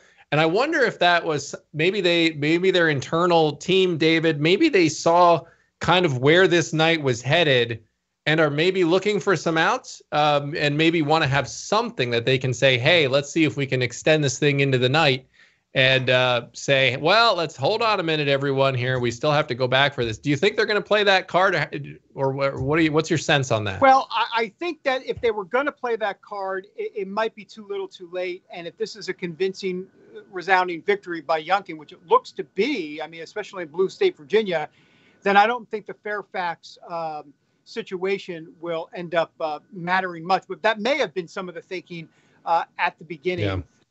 For sure. It kind of reminds me a little bit about 2020, this idea that, Wayne County, right, out in Detroit, and Philadelphia County out in Pennsylvania, where there were some issues there. It's interesting that now all of a sudden there's issues in Fairfax County, another big Democrat bastion. I mean, what in the world's going on exactly? Look, I know it's late and I'm not that smart, but I'm not that stupid either. So why is it always in the Democrat counties that there's problems? I don't know. Someone smarter than me needs to figure that out. David, beyond Fairfax, what other counties are you still keeping a close eye on tonight? Well, a lot of the counties that I was keeping an eye on are pretty much done, and they're in for Youngkin. I mean, and we've talked about them. Let me just go ahead and Jenna and get to the map. Because, it's all about the map ultimately. By the way, 74% of the total vote in Virginia is in, and Youngkin leading by about 8 percentage points now, not 10, 8. It's down to 8, but that's to be expected. Fairfax County coming in, Arlington County coming in, a lot of these D.C. suburbs. But once again, Loudoun County is now pretty much done. It's at 99% in. It's pretty much done. And McAuliffe leads by 10 points in Loudoun County. And that's kind of where we began this night. Remember, he needed to be around 20% or better there. He's at 10. So that's horrible. I mean, that's just, honestly, it's relatively pathetic that he did 10 there. And then in Prince William County, another county, Jenna, that I'm watching, now 84% in, and Terry McAuliffe only leading by 6 percentage points in Prince William County. He should be winning by 20 percentage points in Prince William County. These are two big exurbs, D.C. suburbs, that McAuliffe had to do well in tonight, and it's not happening. And what's interesting is, as I kind of geek out through some of the numbers, places like Arlington County, where Terry McAuliffe had to do well, turns out that the Democrat turnout is only up +2 from 4 years ago, +2. That's not much, because the Republicans are coming out. For example, in Stafford County, it's up 13 points over 2017 in favor of Republicans. So Republicans are coming out more. Democrats are not coming out as much. And that's called, I believe in tennis, they call that game, set, match. Yeah, I want to go to a quick sidebar here on the issue in Minneapolis that we touched on over this broadcast a little bit ago. The question 2 about kind of restructuring the city's police department and kind of having a bigger Department of Public Safety over it. And currently the numbers that we've got in so far, with it looks like 71% of precincts reporting it is a 58-41. No is winning that one. They don't want to change that. Looks like a pretty wide margin. Obviously 71% going in. We don't have the detailed breakdown of the counties and how that all is breaking down, but it looks like with a decent amount of votes reporting that one may most likely be getting shot down. Yeah, and another race we should mention is the New York mayor's race. The Democrat there has won. I'm looking for that on my phone. I don't have that right here in front of me.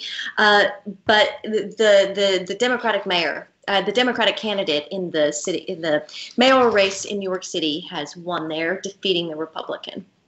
Yeah, that was, I believe, Eric Adams versus Curtis Sliwa. Is that the race you were referring to there? Yes. Yeah, Thank the Brooklyn borough president. I'm from New York, and look, this is a guy who kind of ran, used to work in Giuliani's administration, actually, and then he became a Democrat, and he was a former police captain for over 20 years. So, he ran on being tough on crime, believe it or not, as a Democrat, and he won. So that should say something to Democrats. Maybe, hey, McAuliffe is losing, and Eric Adams is winning, being tough on crime. Food for thought. We got this. Go ahead, David. What you got? No. Go ahead. I want to confirm something before I say it. So you go ahead. Okay. I'm working on something.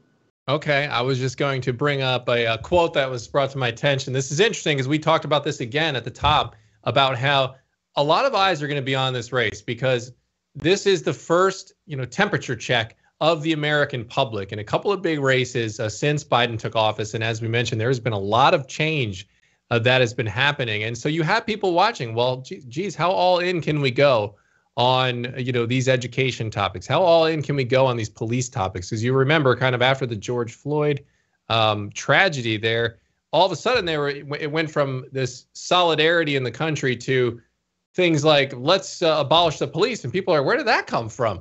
And so a lot of these radical ideas have sort of been infused into politics over just the last year or so. And Kamala Harris, vice president, said this. She said, what happens in Virginia will in large part determine what happens in 2022 and 2024 and on and on. So so perhaps she's on the money there, but I don't know that that's good news for Democrats. Hey, Dan and Jenna, I should tell you that some NBC News exit polling is coming in, which is very, very interesting. This goes right to the suburban issue. This goes right to the mama bear issue that we've been talking about for a while. There has been a 15-point swing tonight among white women in Virginia.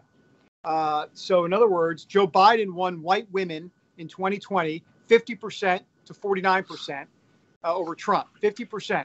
Right now, Youngkin is beating McAuliffe with white women 57% to 43%. So if you do the whole math, it's a 15% swing in Youngkin's favor tonight with white women.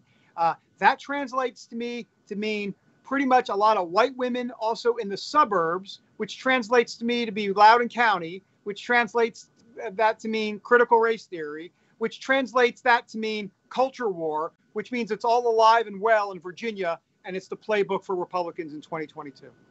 Yeah, those are a lot of the voters that President Trump turned off in the 2020 election, and who it appears Terry McAuliffe has, Glenn Youngkin has been able to win back in this 2022 election. So, 15% swing tonight with white women for Glenn Youngkin. That is quite impressive. Yes, absolutely. And, I would agree, Jenna. I would agree. Yeah, 100%. And you're starting to see, congratulations come in from elsewhere. Governor Greg Abbott said it as well. And, just certainly looks that all signs are pointing right now in Youngkin's direction. So a big night. And as we said, a harbinger potentially of things to come. As I mentioned, Kamala Harris saying that as well. And let's take a look here. I'm going to peek in on New Jersey. And well, this is interesting. If I can chime in real quick. Go ahead, Jenna. If I can chime in real quick. We've just been told this is another NBC exit poll showing 53% of voters say parents should have a lot of say in school curriculum. So that, Glenn Youngkin played to that. He said parents should be empowered. Parents should have a say in their children's education. And that is definitely playing out in these exit polls. Yeah, and also I just want to point out something Kamala Harris said 4 days ago. Let me read you the quote. This is Kamala Harris speaking. Quote, what happens in Virginia will in large part determine what happens in 2022, 2024, and on. Well, I think she's right on. And I would 100% agree. And I'm not suggesting that's good news for Republicans necessarily. I'm suggesting that actually this might be a big time for Democrats to reboot and think, wait a minute, we overstepped in Virginia. This is going to be a bloodbath in 2022 if we don't figure out a way to rein all of what we've been talking about, all of these these liberal cultural war policy decisions in the suburbs. So this is a big wake-up call for Democrats. Democrats have a choice to make. It's really their call. They can recover from this, but only if they decide to rein it in. Here I have a spoiler alert for you.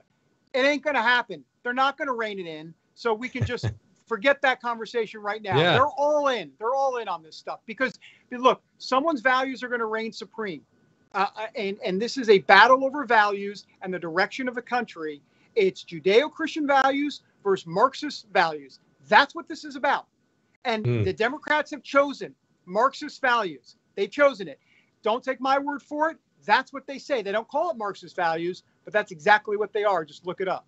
Yeah, well, it's interesting because I do think you're right, David, that it's a fork in the road sort of moment because this has been the divide among the Democratic Party. It's been, the squad, the progressive left, Bernie Sanders, the socialists versus the more moderate liberals, and they've kind of been doing battle among one another. And this is where they're going to have to decide which direction they're going to take. And I see a quote from Nicole Wallace, who said during MSNBC's coverage there that critical race theory, which isn't real, turned the suburbs 15 points to the Trump insurrection endorsed Republicans. So I think messaging wise, there's two ways you can go about this. You can double down on this and just try to pretend that these issues aren't real. And when you look at the issue of critical race theory, well, there's no curriculum that says, hey, we're teaching critical race theory. I mean, it's well documented that in certain Virginia schools that they were using these diversity and equity counselors and things of that nature. And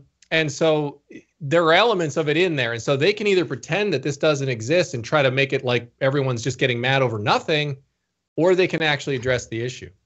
Dan, I think you make a great point. You can bury your head in the sand and say that it doesn't exist and just go, nanny, nanny, boo-boo, I don't want to hear anything. I mean, if you want to do that strategy, knock yourself out because you're going to get slaughtered in 2022 if that's what you want to do. So Nicole Wallace can talk about this all she wants, but it doesn't matter. I mean, maybe she should talk to a parent in Loudoun County or a suburb around the country because this isn't just going on in Virginia. This is going on in suburb after suburb around America right now. All right, why don't we go ahead and take a quick break here? We've got a few more minutes left. We're waiting to see if they're going to call this thing. We've got 80% here in for Virginia, which is the big race that we're following. And right now it stands at 53 to 46 in favor of Youngkin. With that, as we said, a lot of people sort of calculating and saying, hey, congratulations. So don't forget to download the CBN News app, the cbnnews.app.com. Again, I mean, we've seen big tech over and over again accidentally, suspending conservative and Christian accounts. And so make sure you're taking control. Bookmark cbnnews.com. Make sure that you're taking control of the news and the information that you see and get it from a source that shares your values, your Christian values. So go ahead and do that now, cbnnews.app.com. We'll be back. We'll just take a quick short break here, and we'll be back with more special election coverage of Election Night 2021 right here on CBN. Back in a second.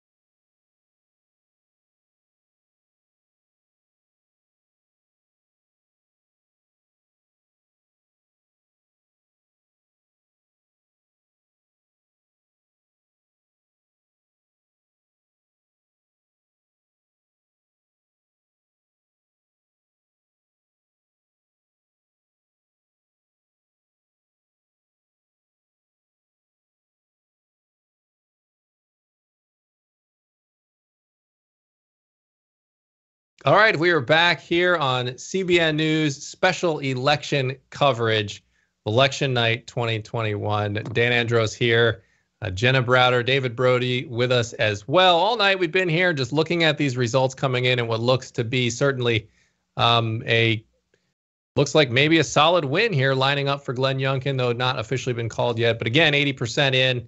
And we've got 53-46 lead there for Youngkin. New Jersey is another big race that's going on. While it does look like Phil Murphy is going to win handily over Jack Ciattarelli, although the numbers in at 33% are 50-48. So it's early. It's early, and as we've seen, the polls and the things that have been indicated so far, would have us believe that Murphy is going to cruise to that victory. So.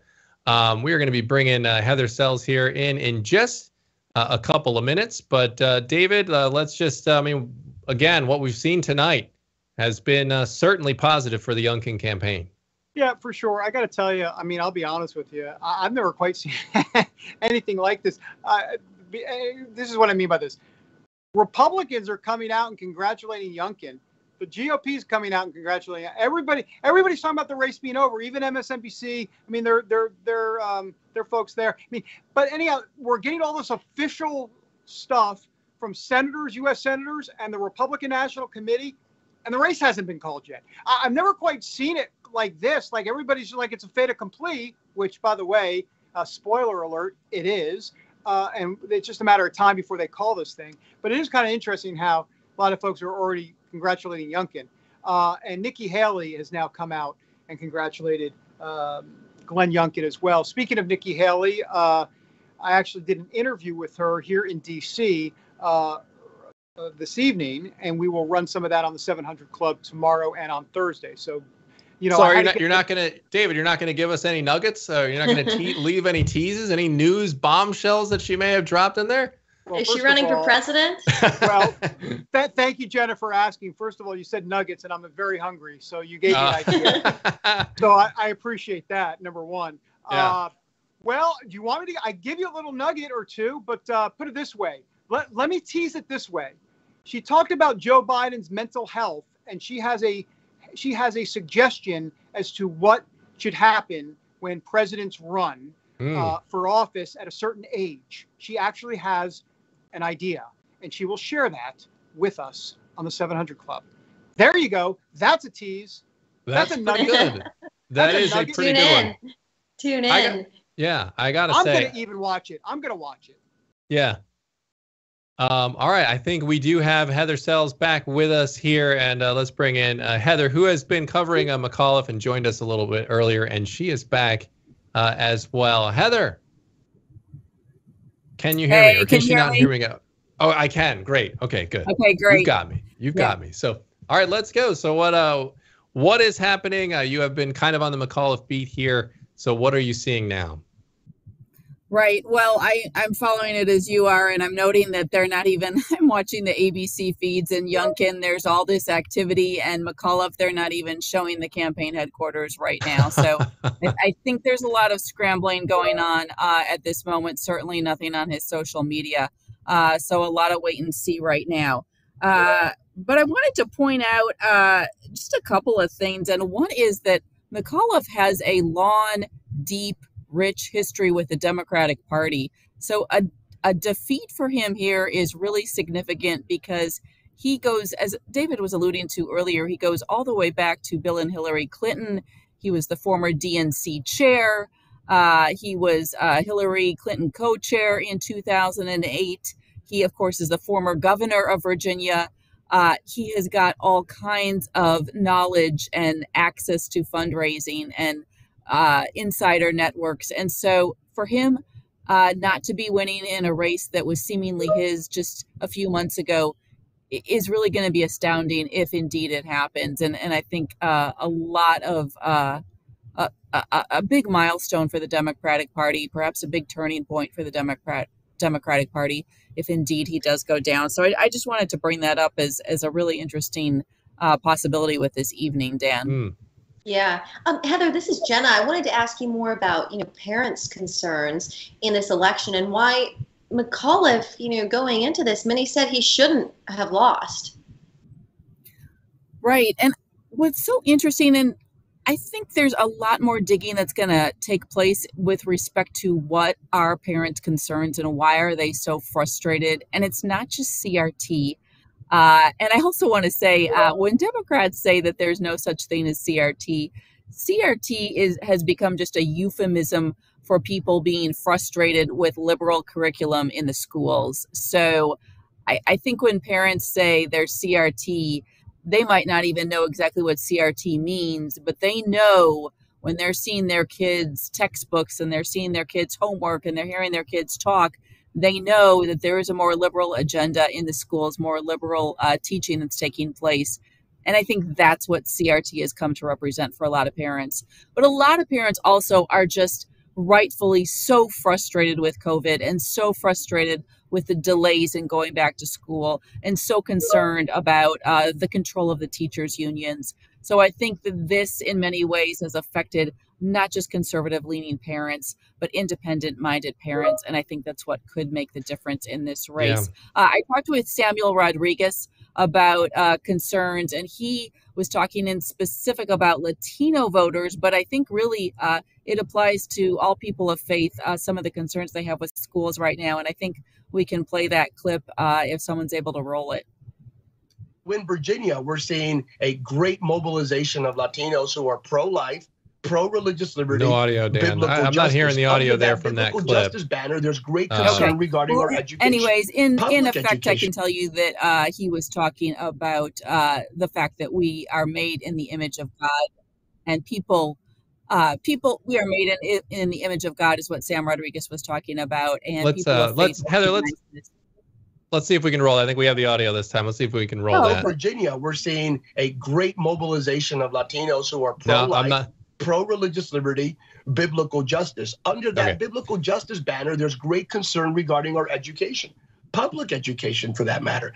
The infusion of ideologies and social constructs that run counter to the Word of God, that run counter to our objective as Americans in bringing people together. Any ideology that runs counter to grace, to the image of God, must be confronted. And we're seeing Latino parents in Virginia saying, hold on a second, we didn't sign up for this.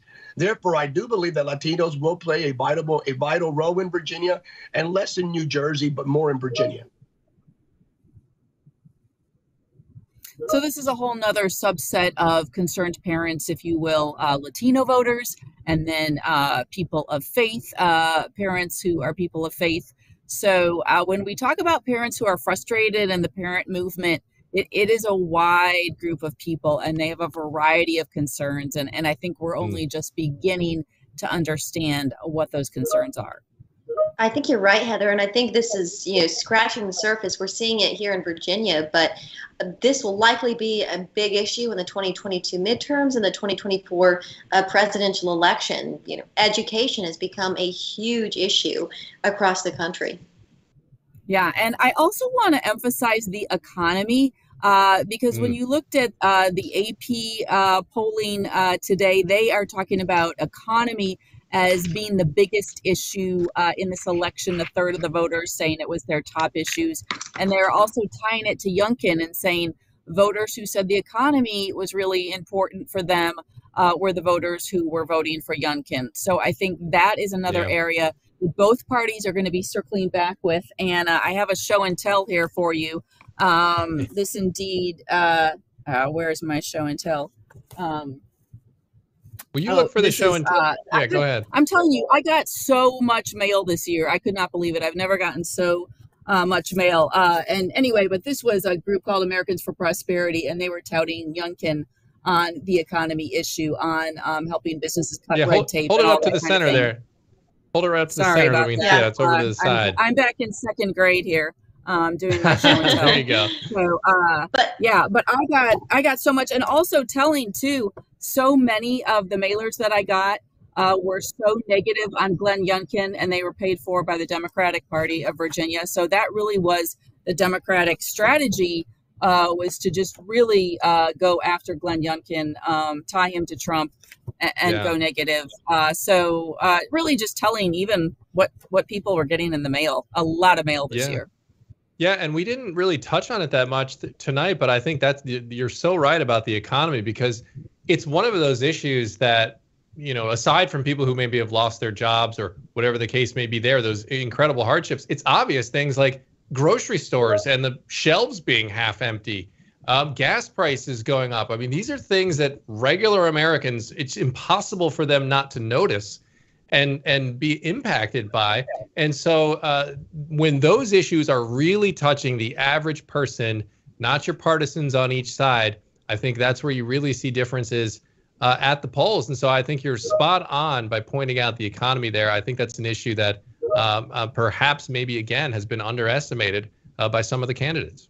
Yeah, and to Glenn Youngkin's credit, he really... Oh, sorry. Go ahead, Heather. Oh, I was just going to say, just personally, anecdotally, our neighborhood is very tight. We talk a lot, and people are stockpiling for the winter. I am doing this. I'm not even a hoarder. I'm not even I hate all that stuff. I'm not even that, and I'm doing it. So, people are thinking about the economy in different ways right now, and it's a political issue, and I think we'll see that next year in 2022. Yeah. Oh, most certainly. All I was going to say is that, to Glenn Youngkin's credit, he seemed to identify some of these issues and bring about solutions. Talking about groceries, he wanted to get rid of the grocery tax, things like that. And that seemed to have resonated with voters who are feeling it in their pocketbooks right now. I think you're really going to see, if he indeed is the governor-elect, I think you're going to see a lot of policy changes in Virginia. I think he's... in terms of the economy, in terms of schools. And we haven't even talked about abortion. That was a big issue in this campaign as well. We saw a lot of abortion advocates pouring money into Virginia. We saw a lot of pro-life groups pouring money into Virginia. Terry McAuliffe was very outspoken about his record promoting abortion. So that's just one more policy change that you're going to see if indeed Glenn Youngkin is elected tonight.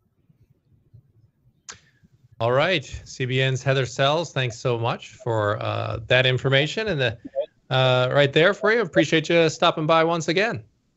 You're welcome.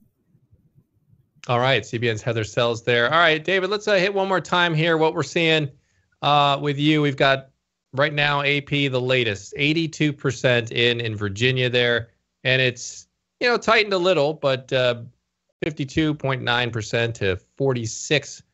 But that's 82% in. Yeah, the one controversy that we're watching is Fairfax County. 734,000 people live in 734,000 people live in the county, and Fairfax County is going to rescan the ballots. We don't know exactly how many but they're going to rescan ballots. They say they'll have the information later tonight, probably overnight, maybe in the morning. What in the world is going on? Dan, Jenna, are we understanding what's happening right before our very eyes? I'm being very serious here. Yeah. Fairfax County is going to rescan the ballots in a race that Youngkin looks like he's going to win, and all of a sudden, the largest Democrat county in the state is going to rescan the ballots.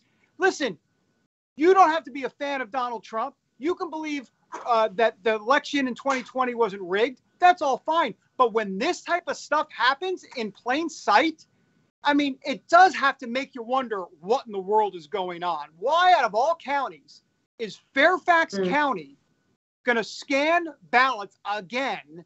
And oh, wow, in the middle of the night? Oh, boy, folks, here we go again. Look, all I've got to say is this, simply. This was a critical race tonight. It was about critical race theory, ultimately. And now the Democrats are at a critical juncture to decide what they want the future to be in 2022, 2024, and quite frankly, the future of the country. David, do you think this could tip the race in McAuliffe's favor? Well, you're talking Fairfax about County. Fairfax County? Well, but that's the wild card here. I mean, why are we waiting? What time is it? It's past my bed. No, it's not past my bed. It's 10 o'clock. I mean, what are we waiting for? I get it that Fairfax County is a big county. 81% of Fairfax County is in. McAuliffe's up 30 points. And now the race is tightened to 6 percentage points. Yeah, we're getting word right now here, David, that Terry McAuliffe is expected to speak very shortly in about 10 minutes. This will be very interesting, given what you're talking about right now. Yeah, go ahead. Let's hear it. Let me make a prediction. This isn't a concession. I don't think this is a concession. I think he's going to point to Fairfax County. He's going to say, you know, let's wait till all the votes are tabulated, and he'll talk like this. And then we're going to be in for a late night, and here we go again. I can't imagine this is going to be a concession. I may be wrong, egg on my face if I am, but I'm not sure. I'm not sure if he's going to do that, guys. If I can, real quick, weigh in on the Fairfax County situation. This is from Harmeet Dillon. She says, "Folks heard from this is a tweet. Folks heard from the top GOP lawyer in Virginia tonight that the Fairfax County thing had to do with an out-of-date / defective memory card. Both sides signed off on rescanned, and it was witnessed by GOP lawyers in the room the whole time. Ain't over till it's over, but looks good for Youngkin."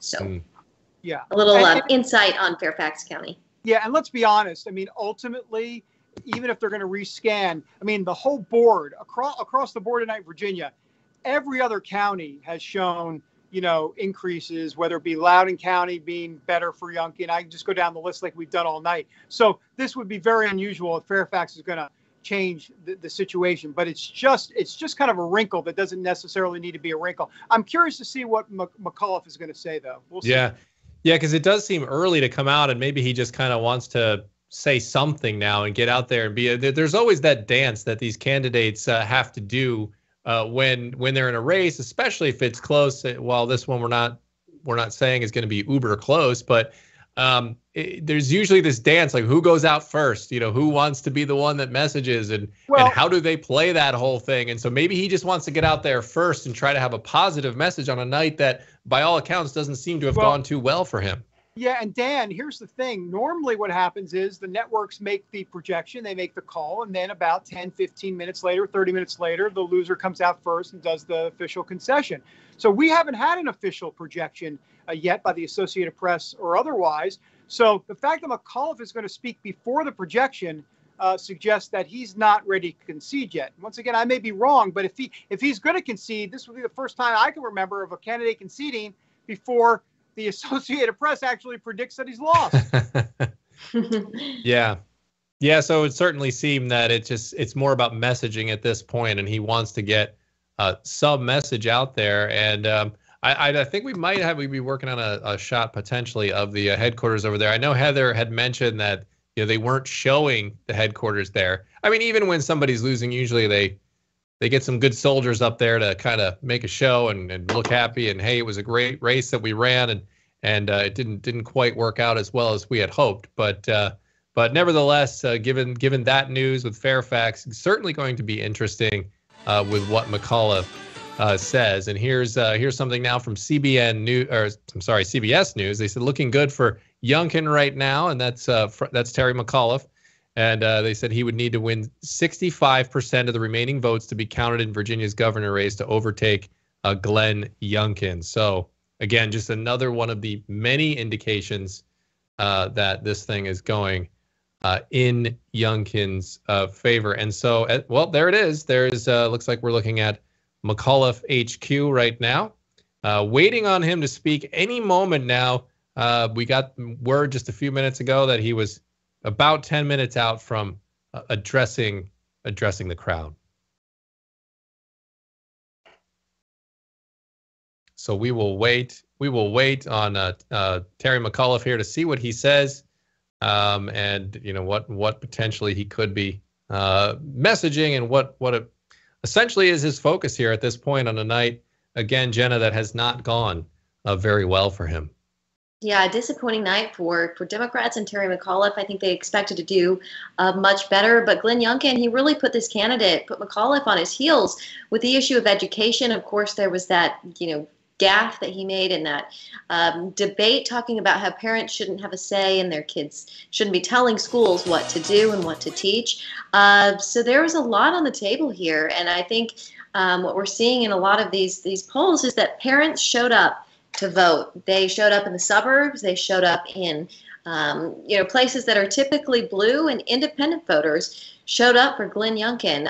Education polling big. The economy, actually the number one issue in a lot of these exit polls. We should mention NBC News, I believe, or what was it? CNN said 1/3 of Virginia voters said the economy is the most important. That was followed by a quarter saying education, 16% taxes, and 13% COVID-19. So the issues that Glenn Youngkin really ran on were the issues that a lot of voters said were important to them. McAuliffe, he ran on COVID-19 largely, and that was at the bottom of the barrel for a lot of voters. Yeah, that was, and it's certainly dropping. All the polls are showing that COVID dropping as a campaign issue. I mean, most of the country is vaccinated, and the bigger issue appears to be the mandates, which would actually be an issue that would seem to lean in conservative favor of those who are against vaccine mandates, generally speaking, of course. And then you have the bipartisan, bill from Biden's Build Back Better and sort of the infrastructure bill.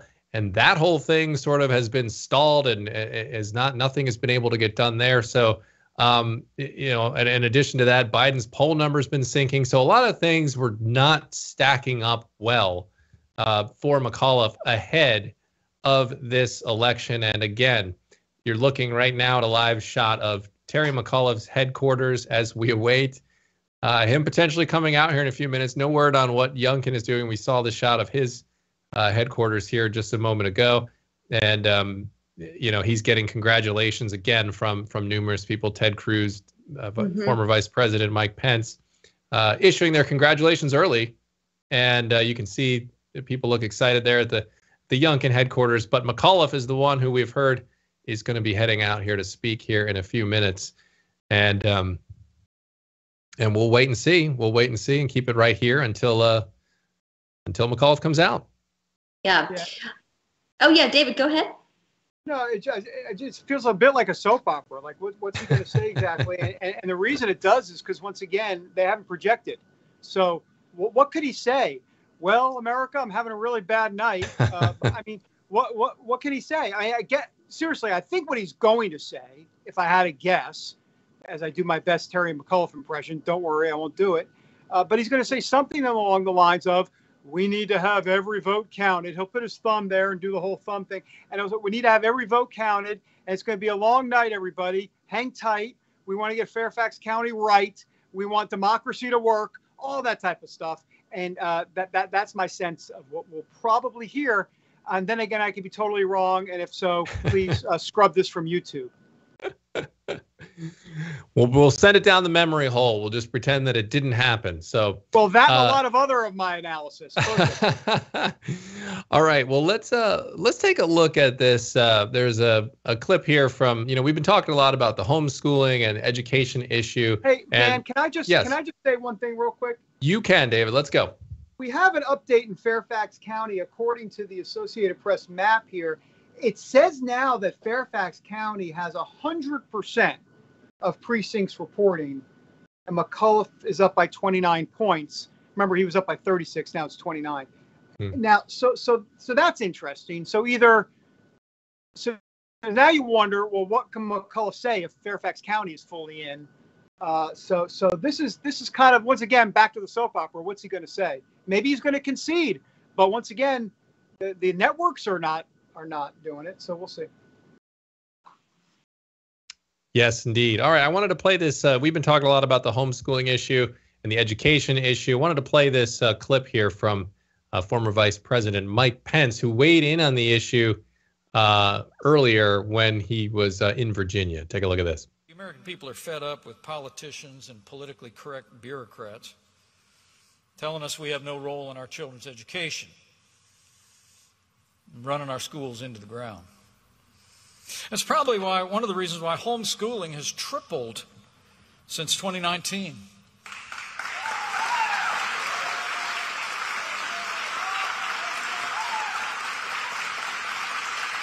I mean, 21 states have passed laws expanding parental choice. And here in Loudoun County, I learned on the way here that public school enrollment has now declined for 2 consecutive years. In Fairfax County, more than 10,000 students have chosen to decline to attend the public school, chosen alternatives. While in Fairfax County, homeschooling has doubled. I got to chime in here on this, guys. This is full disclosure here. As a parent, my wife and I, we homeschool our children, and you couldn't have a better advertising campaign for homeschooling than some of the stuff we're seeing going on across the country.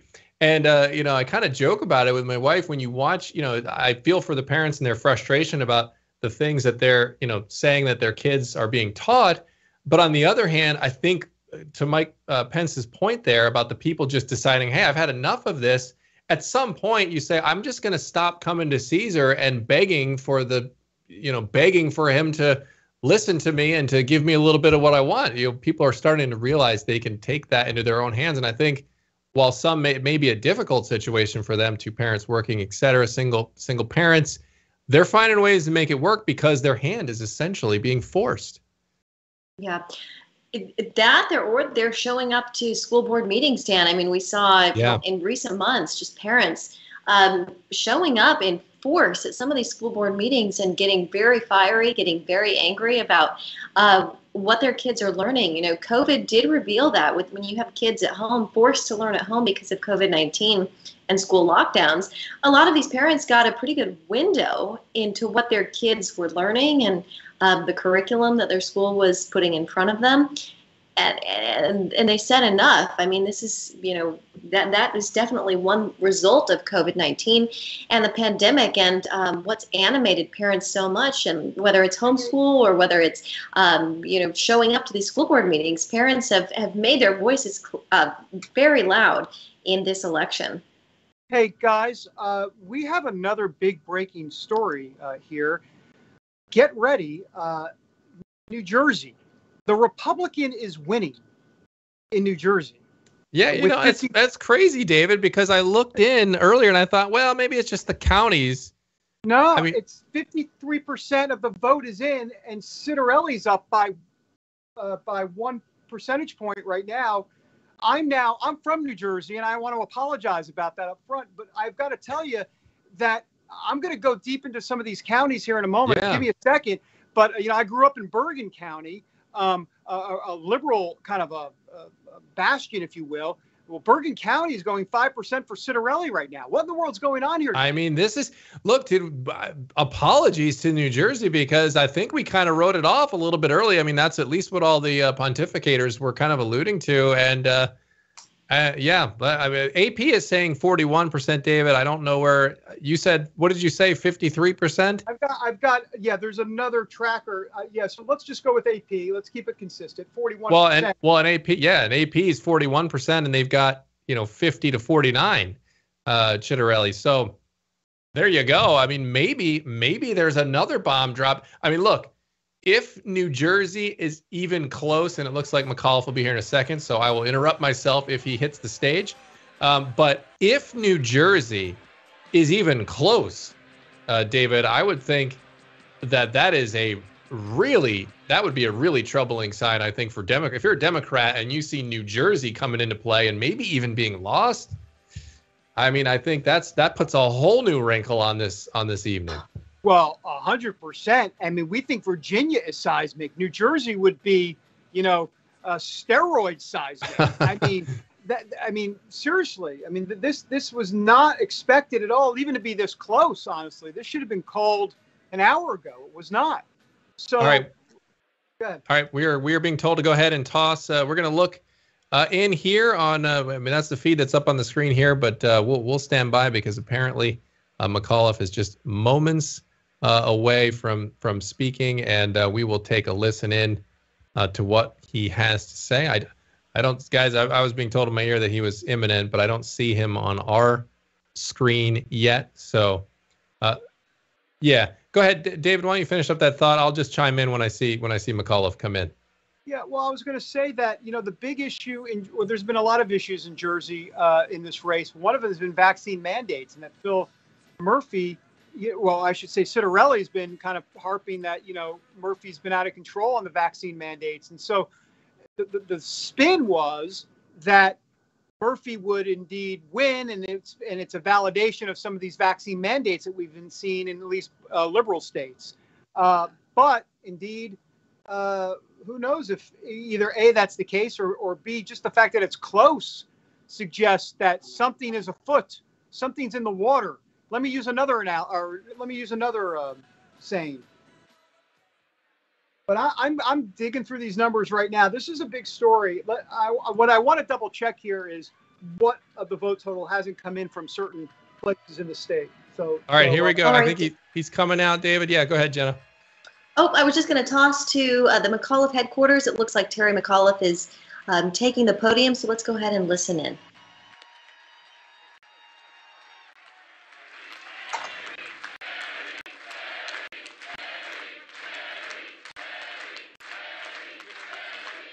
I can't hear it.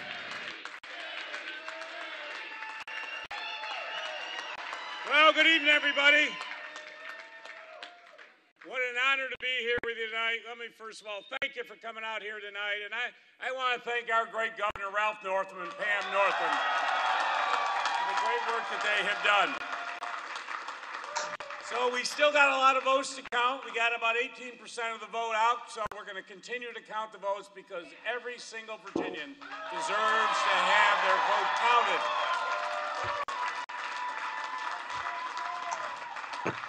Let me first of all, I want to thank everybody here with us tonight. It has been a great campaign. I started this campaign 328 days ago.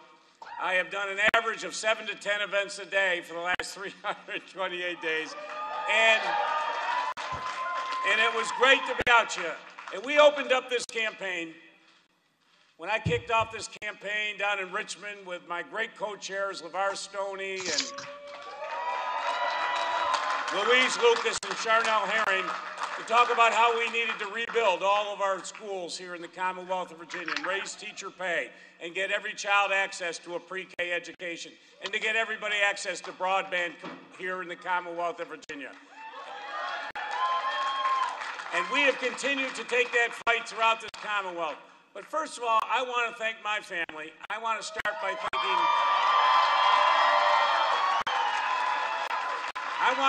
my wife, Dorothy.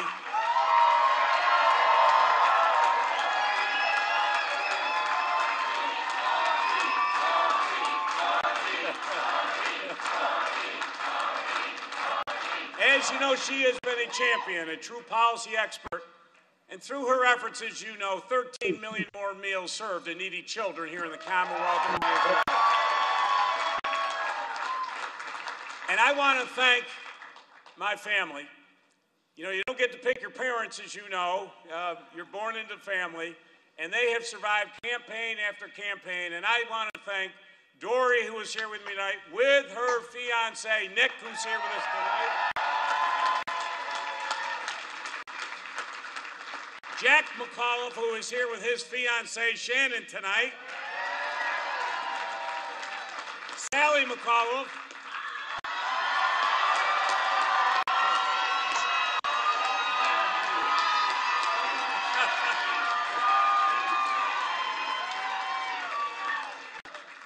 And Peter McAuliffe.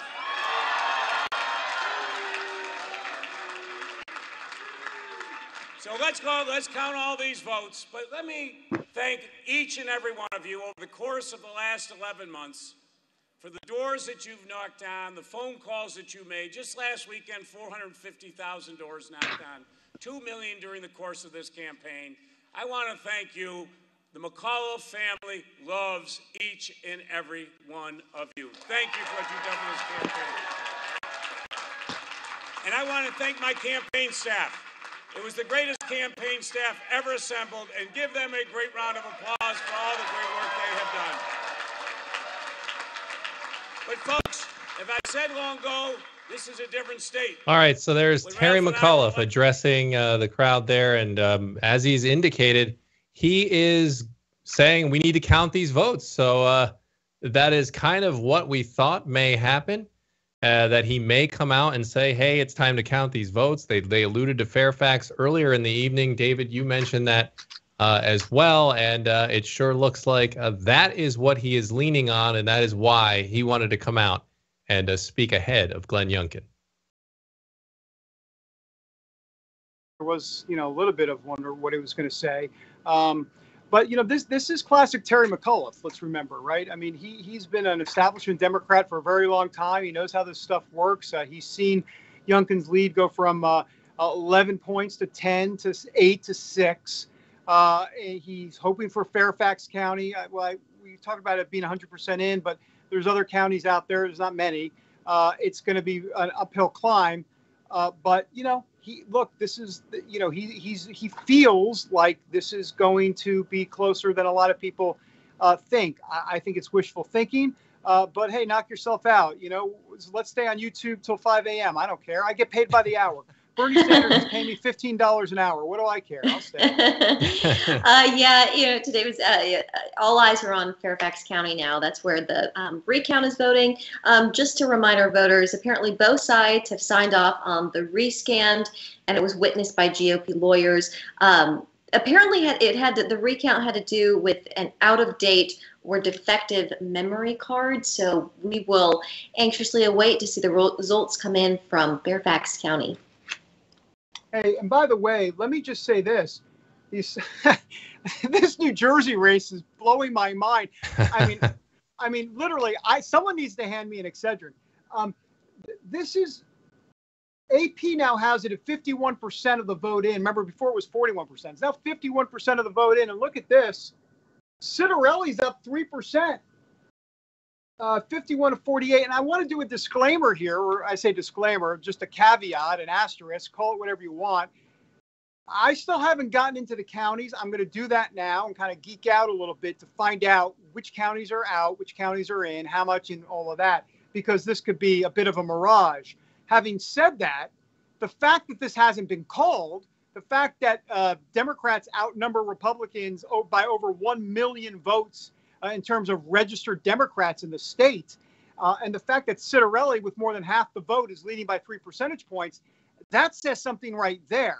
I think the question now becomes the devil will be in the details, and we'll sort out the devil, so to speak. Very interesting indeed. As we said, that would be seismic if the New Jersey race continues to be this close heading into the evening. We're not 100% sure when Youngkin will speak. But he obviously will probably, not obviously, but I'm thinking he may wait until after there is some sort of call in the race. If there is a call tonight, as the results near the finish, we're at 88%. You got 51.6% for Youngkin and 47.6% for McAuliffe. So, tightened a little from earlier. It was about a 10-point margin. So as the counties are being tallied up, it has tightened a little. But as we've been noting, lots of congratulations being thrown around and thrown out early, thrown out very, very early. So that is, again, where we stand for this evening. Dan, if I could, I'd like to just plug the CBN News website. Let's do it. Yeah, people can continue to follow all of this coverage and the results as they continue to come in Fairfax County, New Jersey, all of these things on CBN News on our website. And so go there for that. And then also the 700 Club tomorrow morning on the Freeform channel. We'll have the latest there. And David, I believe you're going to be on the 700 Club tomorrow. I am. I think I'm just going to stay in the same suit. Yes, which will be a good look for me. By the way, can I just say, can I have one last geek out moment before? Yeah, we were going to wrap. And I know you're getting paid by the hour, but we'll let you make this one more point. Yeah, no, this will be financial. This will be good financial incentive for me to stay longer. But look, Bergen County, my hometown, by the way, I was born in Bergen County. Went 15% for Phil Murphy, the Democrat governor in 2017. I just looked it up. 15%. He won Bergen County. Ciattarelli's winning in Bergen County by 10%. Are we comprehending? Are we comprehending what this means? Yeah. I mean, I'm not going to say it feels like Youngkin. I don't want to go that far. But if Bergen County, and once again, it's about 40% of the vote is in Bergen County. All right. But Murphy won Bergen County by 15%. He's now down 10% to Ciattarelli. That is huge. Look, I mean, I'm going to stay up all night. I think I'm going to pull an all-nighter just for New Jersey, for my hometown. I'm going to do it. I'm going to do this. Seriously, I can't sleep. I can't sleep. No, it is remarkable. Very interesting evening. And that Minneapolis measure, by the way, that's another one that we were watching. That was indeed shot down. That did not make it through to change the police department into a public safety department. So a lot of big things happening around the country. And you can continue to follow. We're going to wrap our coverage up here. Jenna, David, thank you guys so much for being here. I know we went way over what we had initially thought, but it's just been so interesting tonight. We just are sticking around. And so as Jenna mentioned, go ahead and continue to follow the results as they come in. We have them on cbnnews.com and follow along there. And as I said before, make sure you download that CBN News app, cbnnews.com. So God bless you all. Thank you so much for being here. We really appreciate you all spending the evening with us. Wouldn't be quite the same without you all. So thank you once again for being here. God bless you all. Have a great evening, and we will see you all back here on CBN tomorrow. God bless. Have a great night, everybody.